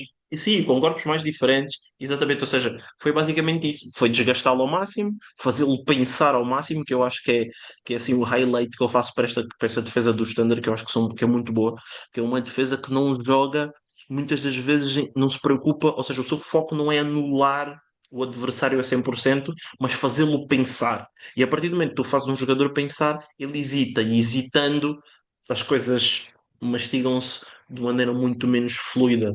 Um, Só de Eu- enaltecer aqui que o Jokic acho que tem o average de turnovers maior que uma vez já ouvi ter. Ele termina as series com 4.4 turnovers e com 5.9 assistências. Ou seja, é quase uma relação de um para um, o que é impressionante. É Claramente. impressionante. E em contrapartida, depois também é completamente impressionante dizer que o Jokic pegou se calhar uma das melhores equipas em termos de plus-minus de todos os tempos que nós já falámos aqui, que são os OKC Thunder e que são comparáveis aos Bulls de 1996, e 96, e levou essa equipa a 7 jogos com o Michael Porter Jr. com um braço, o Westbrook, o Jamal Murray velho e o Gordon com meia perna nos últimos nos jogos. no último jogo, vá, porque ele lesionou-se Sim, no sim. Game 6. Nunca. Ou seja, ele pega neste elenco que não tem profundidade, não tem nada. Ah, e o Christian Brown, que é um role player decente, mas não muito mais do que isto, e leva os Thunder a 6 jogos. Portanto, o Sete jogos, Jokic é aqui uma. Desculpa, leva aqui o Thunder a 7 jogos. Portanto, o Jokic é claramente aqui uma força da natureza. claramente. E Grande, é grande amigo do impressionante. nosso podcast, Nikola Jokic. O nosso podcast é muito fã de Nikola Jokic. Ele é, Sem, ele é, sem é dúvida. ridículo. É ridículo. Eu acho que aqui o mais importante, se calhar, até de falar disto, que é perspectivar esta equipa dos Nuggets, porque, tal como nós falámos do episódio passado quanto aos Celtics, os Nuggets também estão numa situação não tão grave quanto os Celtics, mas algo parecido por causa aqui da questão dos aprons e toda a questão aqui salarial, que eles não podem manter este plantel. Até poder podem, mas não sei se é o mais eficiente a fazê-lo, até por causa E das armas que têm. este plantel não lhes vai dar um campeonato. Acho muito difícil este plantel dar-lhes um campeonato. Eu acho que O eles que eu estão acho mais interessante, num limbo o um que eu acho mais bocado. curioso é que eu não sei se eu discordo disso, porque vou ser sincero, se o Aaron Gordon não se lesiona, e se o Aaron Gordon. Eu nem vou falar do Michael Porter Jr. Se o Aaron Gordon não se lesiona no Game 6, provavelmente o Game 7 é diferente. E mesmo com o Aaron Gordon lesionado, se nós fizermos uma simulação de 10 jogos, eu não sei se o Standard ganham 9. Eu acho muito difícil. Eu acho muito difícil este Acho que eles plantel ganham tipo 7. dos Denver ganhar o título. Aliás, o próprio Jokic deixou, ainda que ao seu Sim, claro. estilo, deixou um bocadinho isso em aberto, né? Mas ele não De deixou haver isso uma. em aberto. Ele disse que eles não ganharam um campeonato porque não ganharam. Mas essas coisas não funcionam bem Sim, assim. Porque se. mas Porque, vamos ser tem que haver sinceros, se o melhorias. Michael Porter. Sim, tem de haver melhorias, mas se o Michael Porter Jr., vamos ser honestos, André, se o Michael Porter Jr. não se lesiona, está 100% saudável, o Gordon também, eles muito provavelmente ganham este OKC. E ganhando este OKC sem os Celtics do outro lado, os Nuggets são claramente os favoritos. Eu não sei Não quanto a ti, sei, mas eu acho que sim. não sei. Não consigo ver isso. Achas Sim, que os para já, Nuggets. não sei Achas se que os ganhariam Nuggets não ao são. Standard num jogo 7. Não sei se ganhariam ao Standard. Não, Indo não, não. encontrar. Estou a dizer no sentido de. Ou seja, com toda a gente saudável e sempre saudável, desde o Game One. Eu acho que se eles Mas tivessem toda a gente saudável desde o Game One, eles eram bem não capazes de sei. ganhar os OKC. Eram capazes, mas não sei se os Sim. colocaria como favoritos mesmo assim. E não sei se passariam os Não estou Timberwolves. a dizer Lá está. não estou a dizer favoritos nisto, estou a dizer favoritos após ganharem os OKC. Também tenho algumas dificuldades em vê-los, porque lá está, Eu não vimos o que é que os sei, Timberwolves ano passado fizeram, ou seja, os Timberwolves ano passado mas ganharam-nos, os portanto Timberwolves não não gosto concordo. muito do matchup. Eu vou ser sincero, eu não concordo em nada. Eu acho que esta equipa dos Wolves é talvez a equipa mais overrated das playoffs. Porque esta equipa é muito má. Ofensivamente, esta equipa é muito má. Vamos falar Muito. sobre isso então. Vamos falar sobre Mas isso, sim, vamos perspectivar aqui a eliminatória deles mas com é o muito Thunder. mau. Um, Thunder contra Minnesota, não é? Portanto, jogo Sim, que um já houve um jogo, que já se já realizou. aconteceu. Vou começar por falar aqui um bocadinho desse jogo rapidamente. Eu acho que uma coisa muito importante sobre este jogo foi a questão logo das duas faltas do Gobert, logo numa fase inicial, no primeiro período, e o Naz Reid, que entrou bastante mal, sinceramente, no jogo. Portanto, os dois Uhum. postes dos Timberwolves acabaram por não ter uma grande produção ofensiva, e eu acho que é curioso nós pensarmos nisso, porque o Standard, quando pensamos no Standard há um ano atrás, para trás, falávamos muito da questão de não terem postos, não é? Portanto, do principal Uhum. problema deles ser este jogo interior, eventualmente em matchups contra equipas altas, por exemplo, os Lakers era uma equipa que lhes causava muitas Uhum. dificuldades contra o Davis, e eles acabam por atualmente serem uma equipa que consegue parar muito bem as penetrações contrárias, conseguem parar muito bem o jogo interior. Os Timberwolves sabemos que é uma das equipas que marca mais pontos no garrafão, foram assim consistentemente ao longo da época. Isto acontece não só porque tem um poste que é o Gobert, que não é um grande pontuador, mas todos os pontos que marca são lá dentro. Tem o Anthony Edwards, que ataca muito bem o cesto, e outros jogadores, portanto, vários jogadores que constantemente Randall. conseguem marcar. O Randall também, outro exemplo, que está a fazer aqui uns playoffs inacreditáveis, já lá vamos. E a verdade é que os Thunder conseguiram anular aqui um bocadinho esta questão.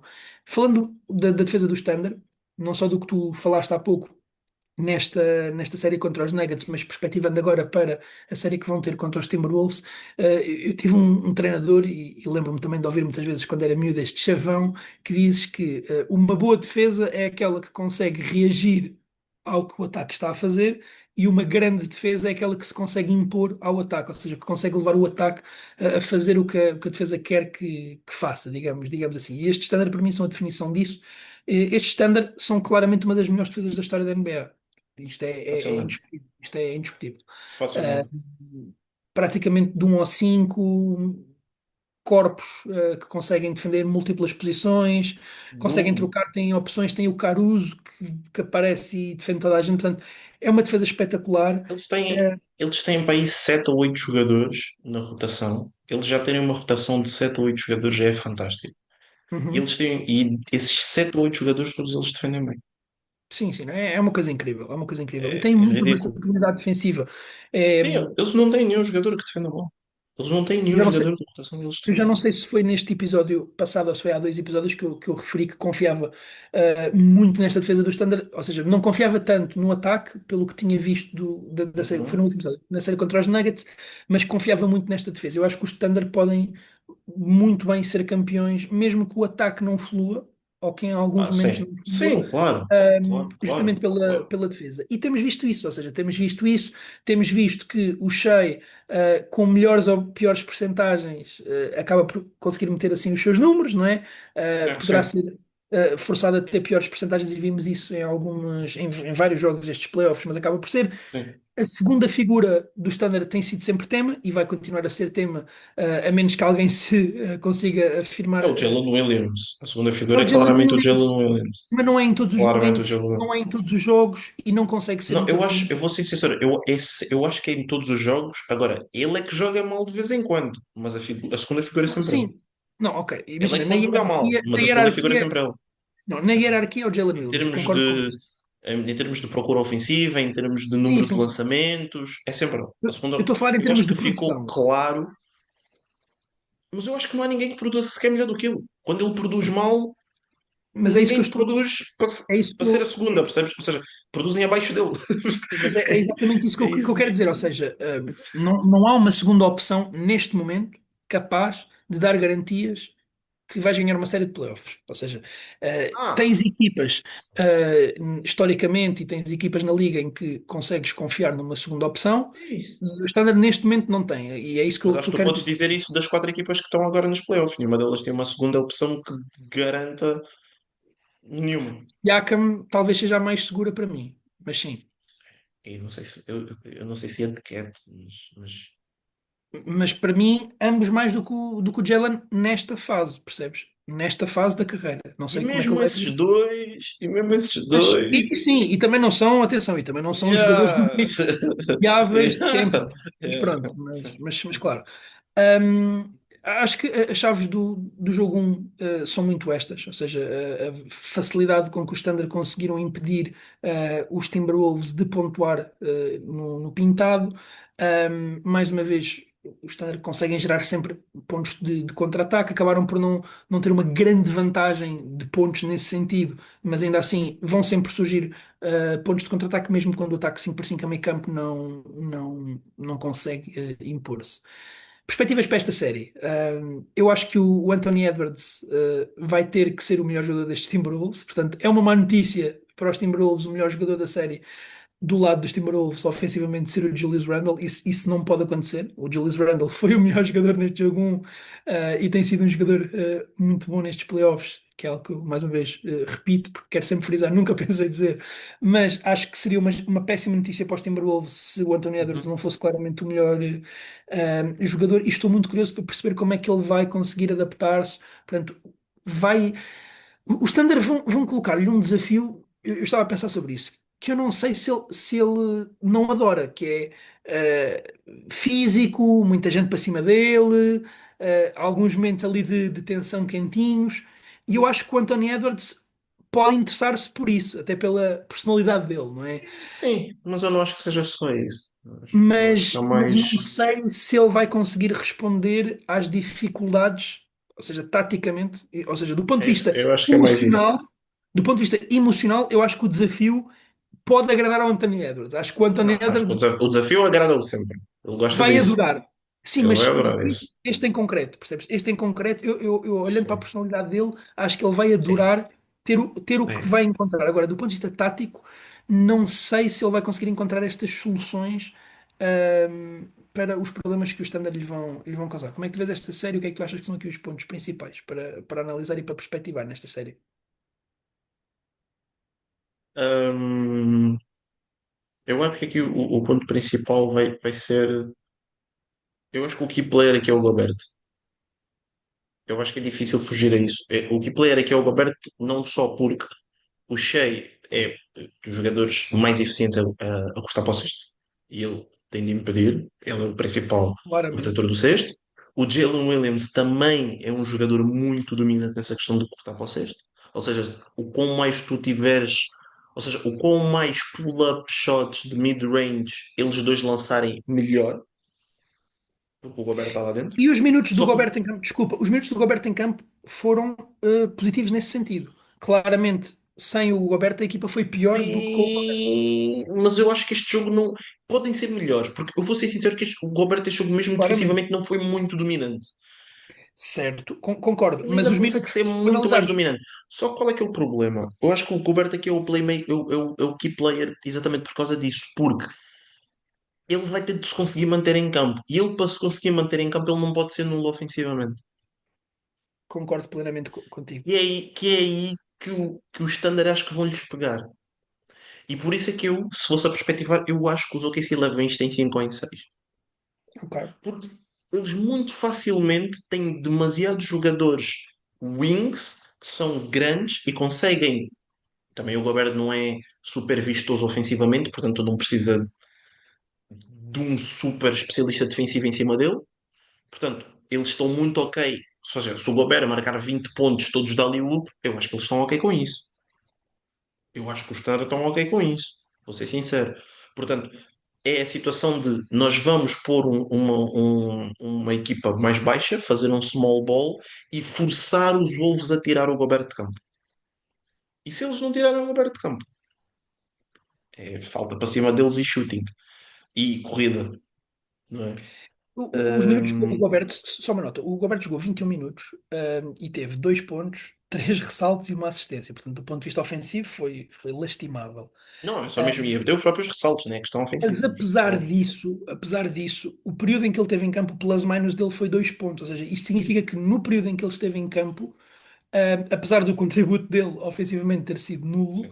e mesmo a nível de ressaltos ter sido fraco, Ok, mas os isso, mas Timberwolves acabam isso por não perder eu por acho que isso é um muito. bocado eu acho que isso é um bocado enganador, porque ele sai exatamente porque ele precisava de sair porque a equipa precisava dar alguma resposta. Ou seja, Ele se sai ele a primeira tivesse vez por ficado causa em das campo, ele faltas. tinha tido menos.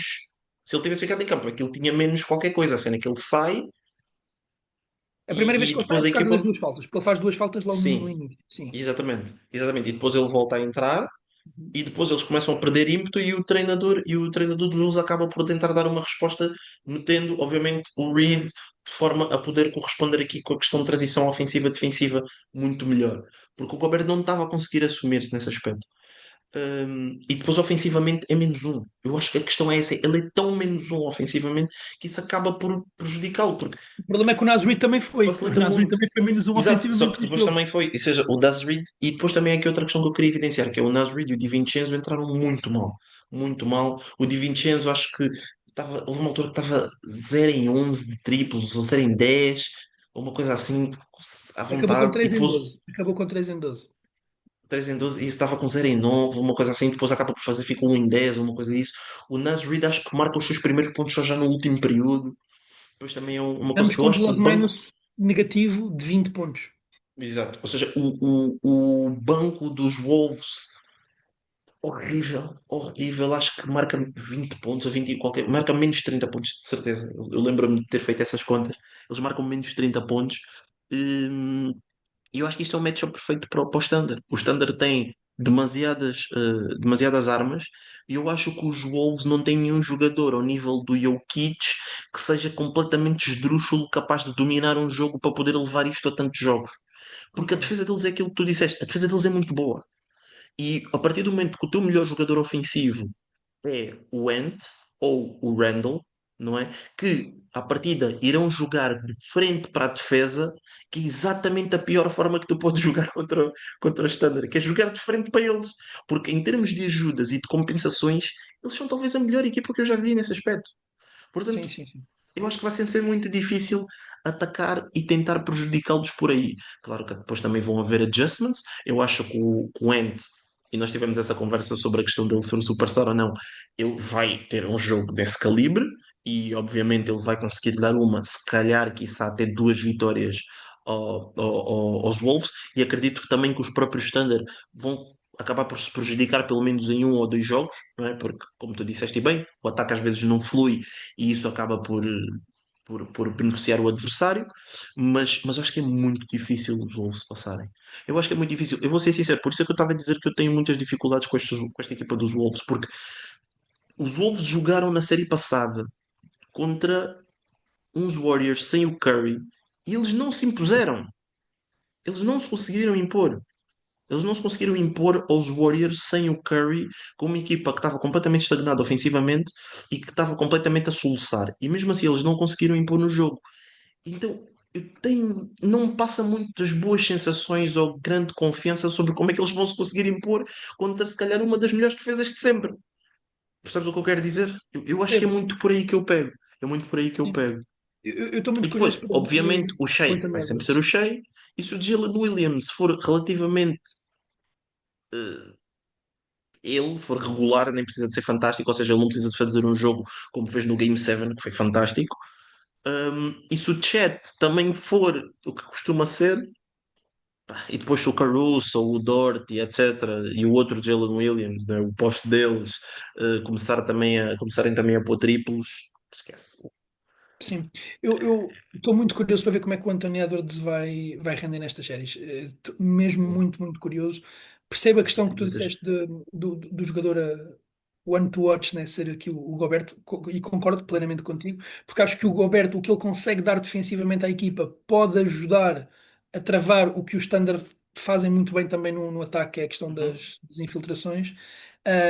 Mas Só que o estou problema está no curioso. outro lado, Do porque outro lado, sim, ele precisa de produzir o mínimo possível, os mínimos olímpicos dos mínimos no ataque, que é para poder ficar em campo. Porque se ele não tiver a fazer nada no ataque, ele não pode estar lá só por causa da questão da defesa, porque isso é, estás a dar mais um defesa extra a uma defesa que parece que já. É que o Standard em condições normais já parece que estão a defender com seis jogadores. E se tu tens menos um jogador ofensivo, parece que estão a defender com sete. sim, sim, claramente, Ou seja, claramente. é muito difícil. Isso depois acaba por ser muito difícil mesmo. Mesmo o próprio Randall. O Randall tem uma primeira parte fantástica, mais o primeiro período do que propriamente a primeira parte, mas tem o primeiro quarto fantástico. Ahm, e depois eles fazem um adjustment para o Dort nele e ele desaparece do jogo. E Sim. mesmo o próprio Anthony Edwards também estava minimamente jeitoso, não estava a ter um jogo a Anthony Edwards, e depois eles fazem um adjustment para ele. O Ant não marcou nenhum Eu ponto no quarto percebo. período. Sim, sim, e acabou E as outro últimas fator que eu achei intervalos. muito interessante, que eu ouvi a análise no YouTube que eu gosto muito, que ele estava a dizer que os, os Wolves não marcaram nenhum ponto em fast break. O que eu achei muito estranho. Em contra-ataque, Literalmente, eles acho que não marcaram. marcaram. Ele, Mas marcaram poucos, poucos. ele apresentou esse stat a dizer que os Wolves não tiveram nenhum ponto em contra-ataque neste jogo. Eu achei isso muito estranho. Não sei, não me Mas recordo mesmo disso. mas mesmo que tenham tido, e se tiveram menos de 10, epá, não dá. Não dá. Deixa-me confirmar. Não De dá. verdade, não, não tiveram. Não tiveram. Não. E não dá.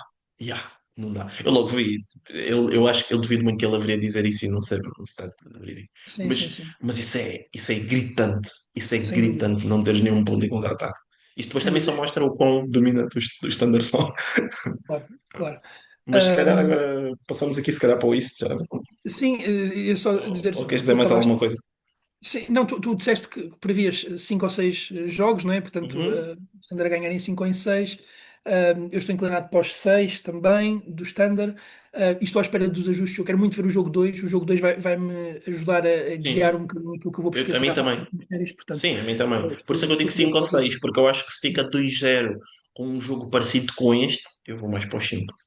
Certo. E por último, eu gostava muito, muito, infelizmente não vamos poder ver, de ver este Standard contra os Celtics na máxima força. Acho que seria um confronto giro, Ah, sim. e pronto, e não vamos poder ver. Passando então aqui para o Oeste, Knicks Pacers, não é? Parece que estamos outra vez nos anos 90. Estas equipas que se defrontavam várias vezes nos anos 90, aquelas míticas equipas. É uma rivalidade gira, apesar de não ser uma Sim. rivalidade formal, É, é é uma o rivalidade matchup. Eu acho que se eu não estou em erro, acho que é o matchup com mais confrontos em finais de conferência, ou uma de coisa assim. conferência. É bem É capaz, uma sim. coisa assim. É. Celtics e também aconteceu muitas vezes, eu não tenho números, estou a mandar de cabeça. Aham. Celtics e também aconteceu muitas Sim. vezes, não é? Não só na É. altura do LeBron, mas também depois agora mais recentemente, mas sim, sem Tu dúvida. depois, sim, assim de cabeça também, à cabeça assim também podia chutar Lakers Spurs. Também Sim, houve uma sim, sim, altura que sim. Lakers Spurs também houve uns quantos. Certo, certo. Ah, Em relação aqui a estas séries, há duas coisas que eu acho engraçadas em termos de confronto meio de estilos, não é? Em primeiro lugar, uma equipa que tem 573 jogadores a vir do banco, que são os Pacers, contra uma equipa que os jogadores jogam 48 minutos quase por jogo. Portanto, acho esse confronto é. engraçado, não é? Aqui duas ideologias quase diferentes. E depois, por outro lado, uma equipa que tem um ritmo alucinante, não é? Os Pacers que jogam sempre a voar contra os Knicks, que sabemos que principalmente a sua principal figura, o Jalen Brunson, gosta muito de 5 para 5 a meio campo. Portanto, eu acho que quem conseguir impor mais o seu ritmo poderá ter vantagem nesta série. Uhum. Obviamente. Já falámos aqui sobre isso, das equipas às vezes têm tendência de tentar correr ao ritmo dos Pacers, e isso provavelmente não ser uma excelente ideia. Acho que principalmente aqui no caso dos Knicks não seria de toda uma excelente ideia. Portanto, eu acho que vai ser interessante. Por outro lado, Karl Anthony Towns tem sido figura de destaque nos Knicks. Vamos ver como é que ele vai aparecer ao nível do lançamento de 3 pontos, porque na série contra os Celtics, apesar de ele ter contribuído de outras formas, não apareceu. Ele lançou Ah, 14%, uma coisa do género. Portanto, uhum. acho que vai ter que ter uma série melhor, obviamente. É uma série muito equilibrada, é uma série que eu gosto, apesar dos meus Celtics terem sido eliminados. Estou curioso para ver esta série, muito curioso. Eu sou-te sincero que eu estou mais curioso para ver esta série do que até o Standard contra os Timberwolves, Não, e, sim, e de quero mais ver longe, estes jogos do que de os do Standard longe, contra os Timberwolves, de apesar de longe. teoricamente as equipas serem melhores do lado do Não, de Oeste. longe. Eu não gosto dos Wolves, Um, de longe. o Não, Eliezer não gosta eu dos não gosto Wolves mesmo. porque os Lakers foram eliminados contra eles. O Eliezer ainda O não, pior é que ainda não nem é isso, eu não superou. gosto dos Wolves porque os Wolves não sabem jogar 5 para 5 em meio campo. O Standard também não, mas o Standard tem uma defesa gira. O Eliezer está ainda de coração partido. Mas estou muito curioso para perceber. Um, já falámos um bocadinho sobre esta série no último episódio, portanto também não nos vamos alongar, e não Uhum. temos tanto ainda para falar porque ainda não houve o jogo. Mesmo. Eu coloco os Knicks ligeiramente favoritos. Sei que tu tendencialmente colocas os Pacers, ou tinhas colocado os Knicks no último episódio, não me recordo. Pacers em 7. Pacers em 7. Tendencialmente, eu tenho visto mais comentadores e mais analistas desportivos que eu respeito a colocar os Pacers. Um, e Eles percebo, sabem. Eles e sabem, eles percebo, percebem disto. Percebem disto. certo, sim, sim, sim. Tem que começar a perceber um bocadinho mais, se calhar.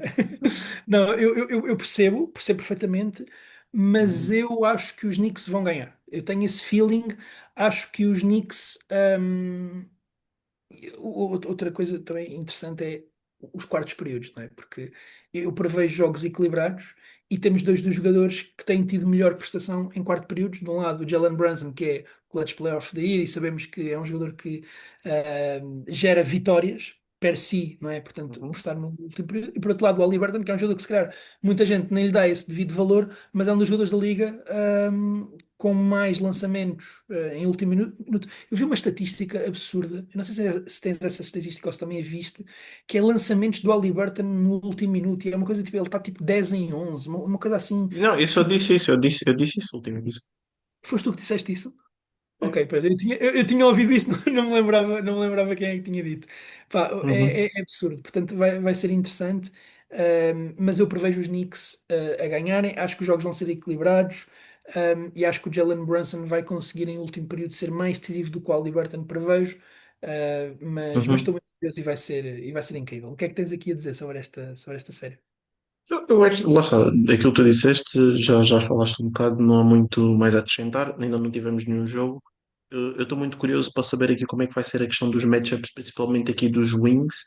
dos wings de uns contra os outros, porque depois de um lado tu tens o Woody Anunoby, o Josh Hart e o Michael Bridges. Bridges, e do outro lado tu tens aqui o Siakam, depois vais ter o Nembar, também vem do banco, e como é que vai ser esse matchup aqui em termos destes jogadores que são quase todos muito parecidos, não é?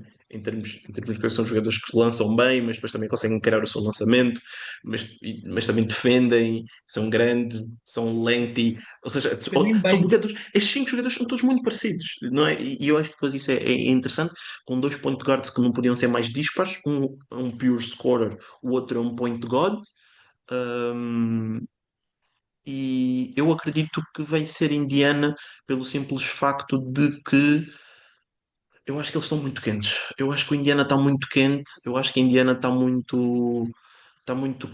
como em inglês se usa a expressão se for on gas, não é? Ou seja, estou com muito um prego a fundo.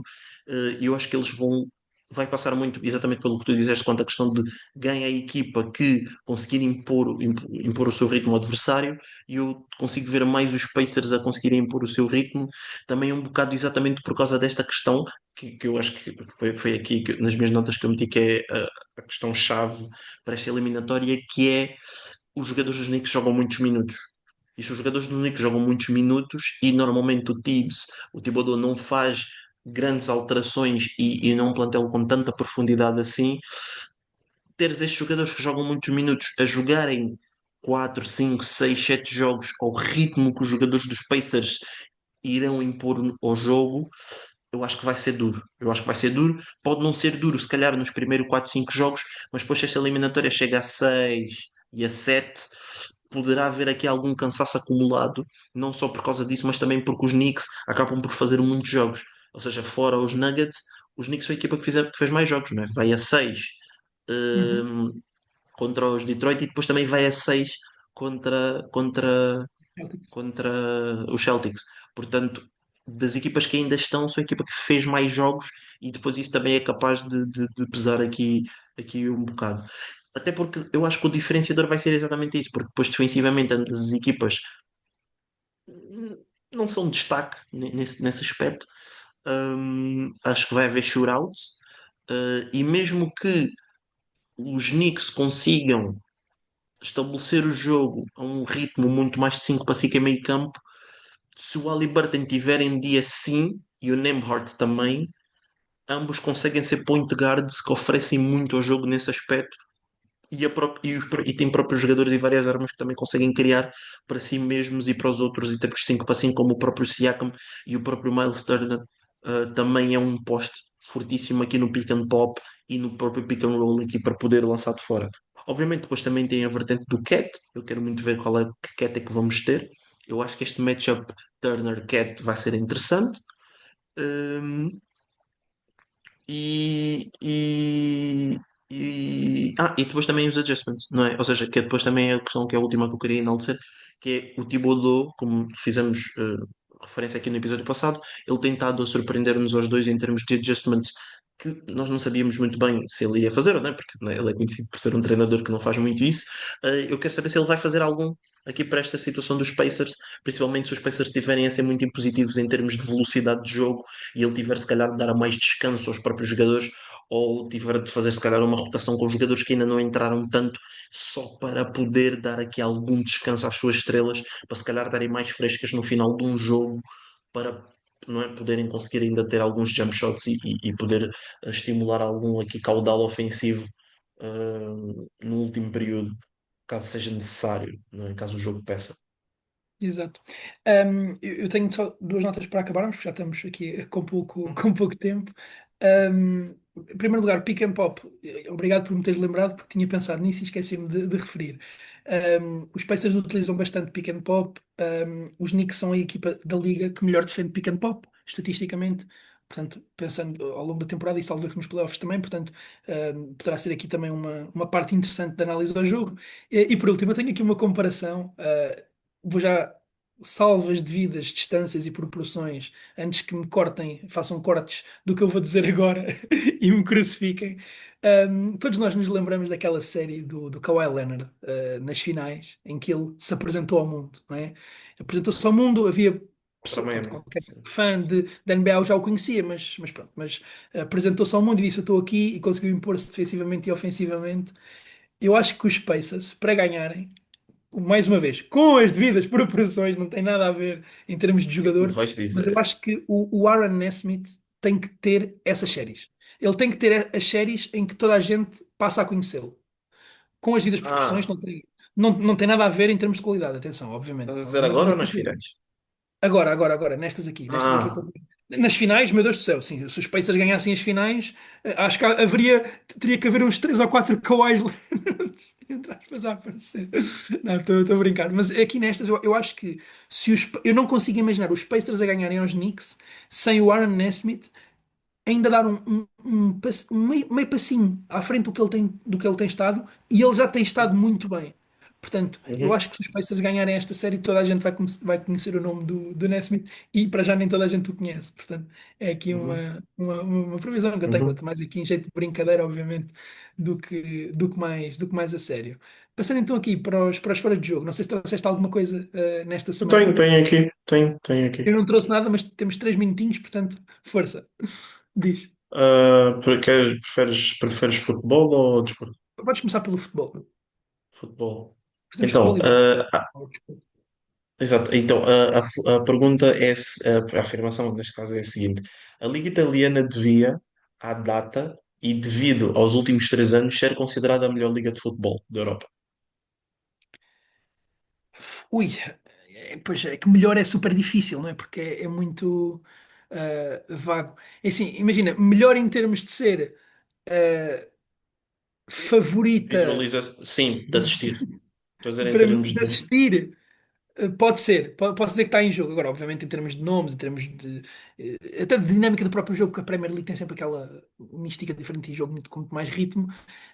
Mas sim, eu pessoalmente, lá está, a gente já falou sobre isso, que adoro o confronto de treinadores. A Liga Italiana Uhum. é talvez a minha favorita neste momento. Portanto, vou dizer em jogo.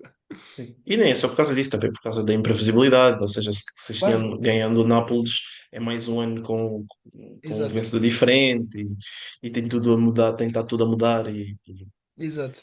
e as próprias equipas que vão surgindo, agora provavelmente a Roma, depois também tem outros nomes como o Cagliari, não é? O Não o Bolonha. Cagliari, o Bologna Bolonha. ganha Ok. o título, estava a pensar no Como, o próprio Como que tem feito Uhum. uma stretch fantástica, por isso é que eu estava aqui a fazer dessa pergunta. Ok. E de De desporto, desporto.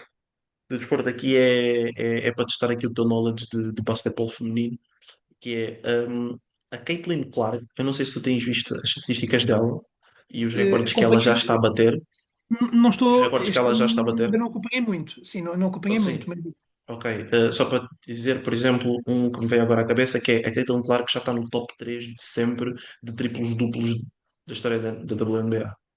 ok, impressionante. Yeah. Yeah. Que é 3, mas pronto. Yeah. Mas pronto, mas é sempre fantástico, não é? Porque as outras Sem tiveram muito dúvida. mais jogos e ela Sim, nem sim, sim, 50 sim. jogos tem. Ou seja, a Caitlin Clark é tão talentosa, mas tão talentosa, que ela só não se reforma como sendo a GOAT da WNBA por motivos coletivos. Porque individualmente ela vai tipo esmagar tudo e qualquer recorde. E Eu tipo, vou dizer em jogo, e temos que nos despedir do nosso público, porque estamos mesmo sem tempo. Portanto, vou dizer em jogo e depois no outro episódio desenvolvemos isto. Portanto, obrigado a todos os que assistiram o episódio e não me vou comprometer mais. Obrigado a todos, e até para a semana.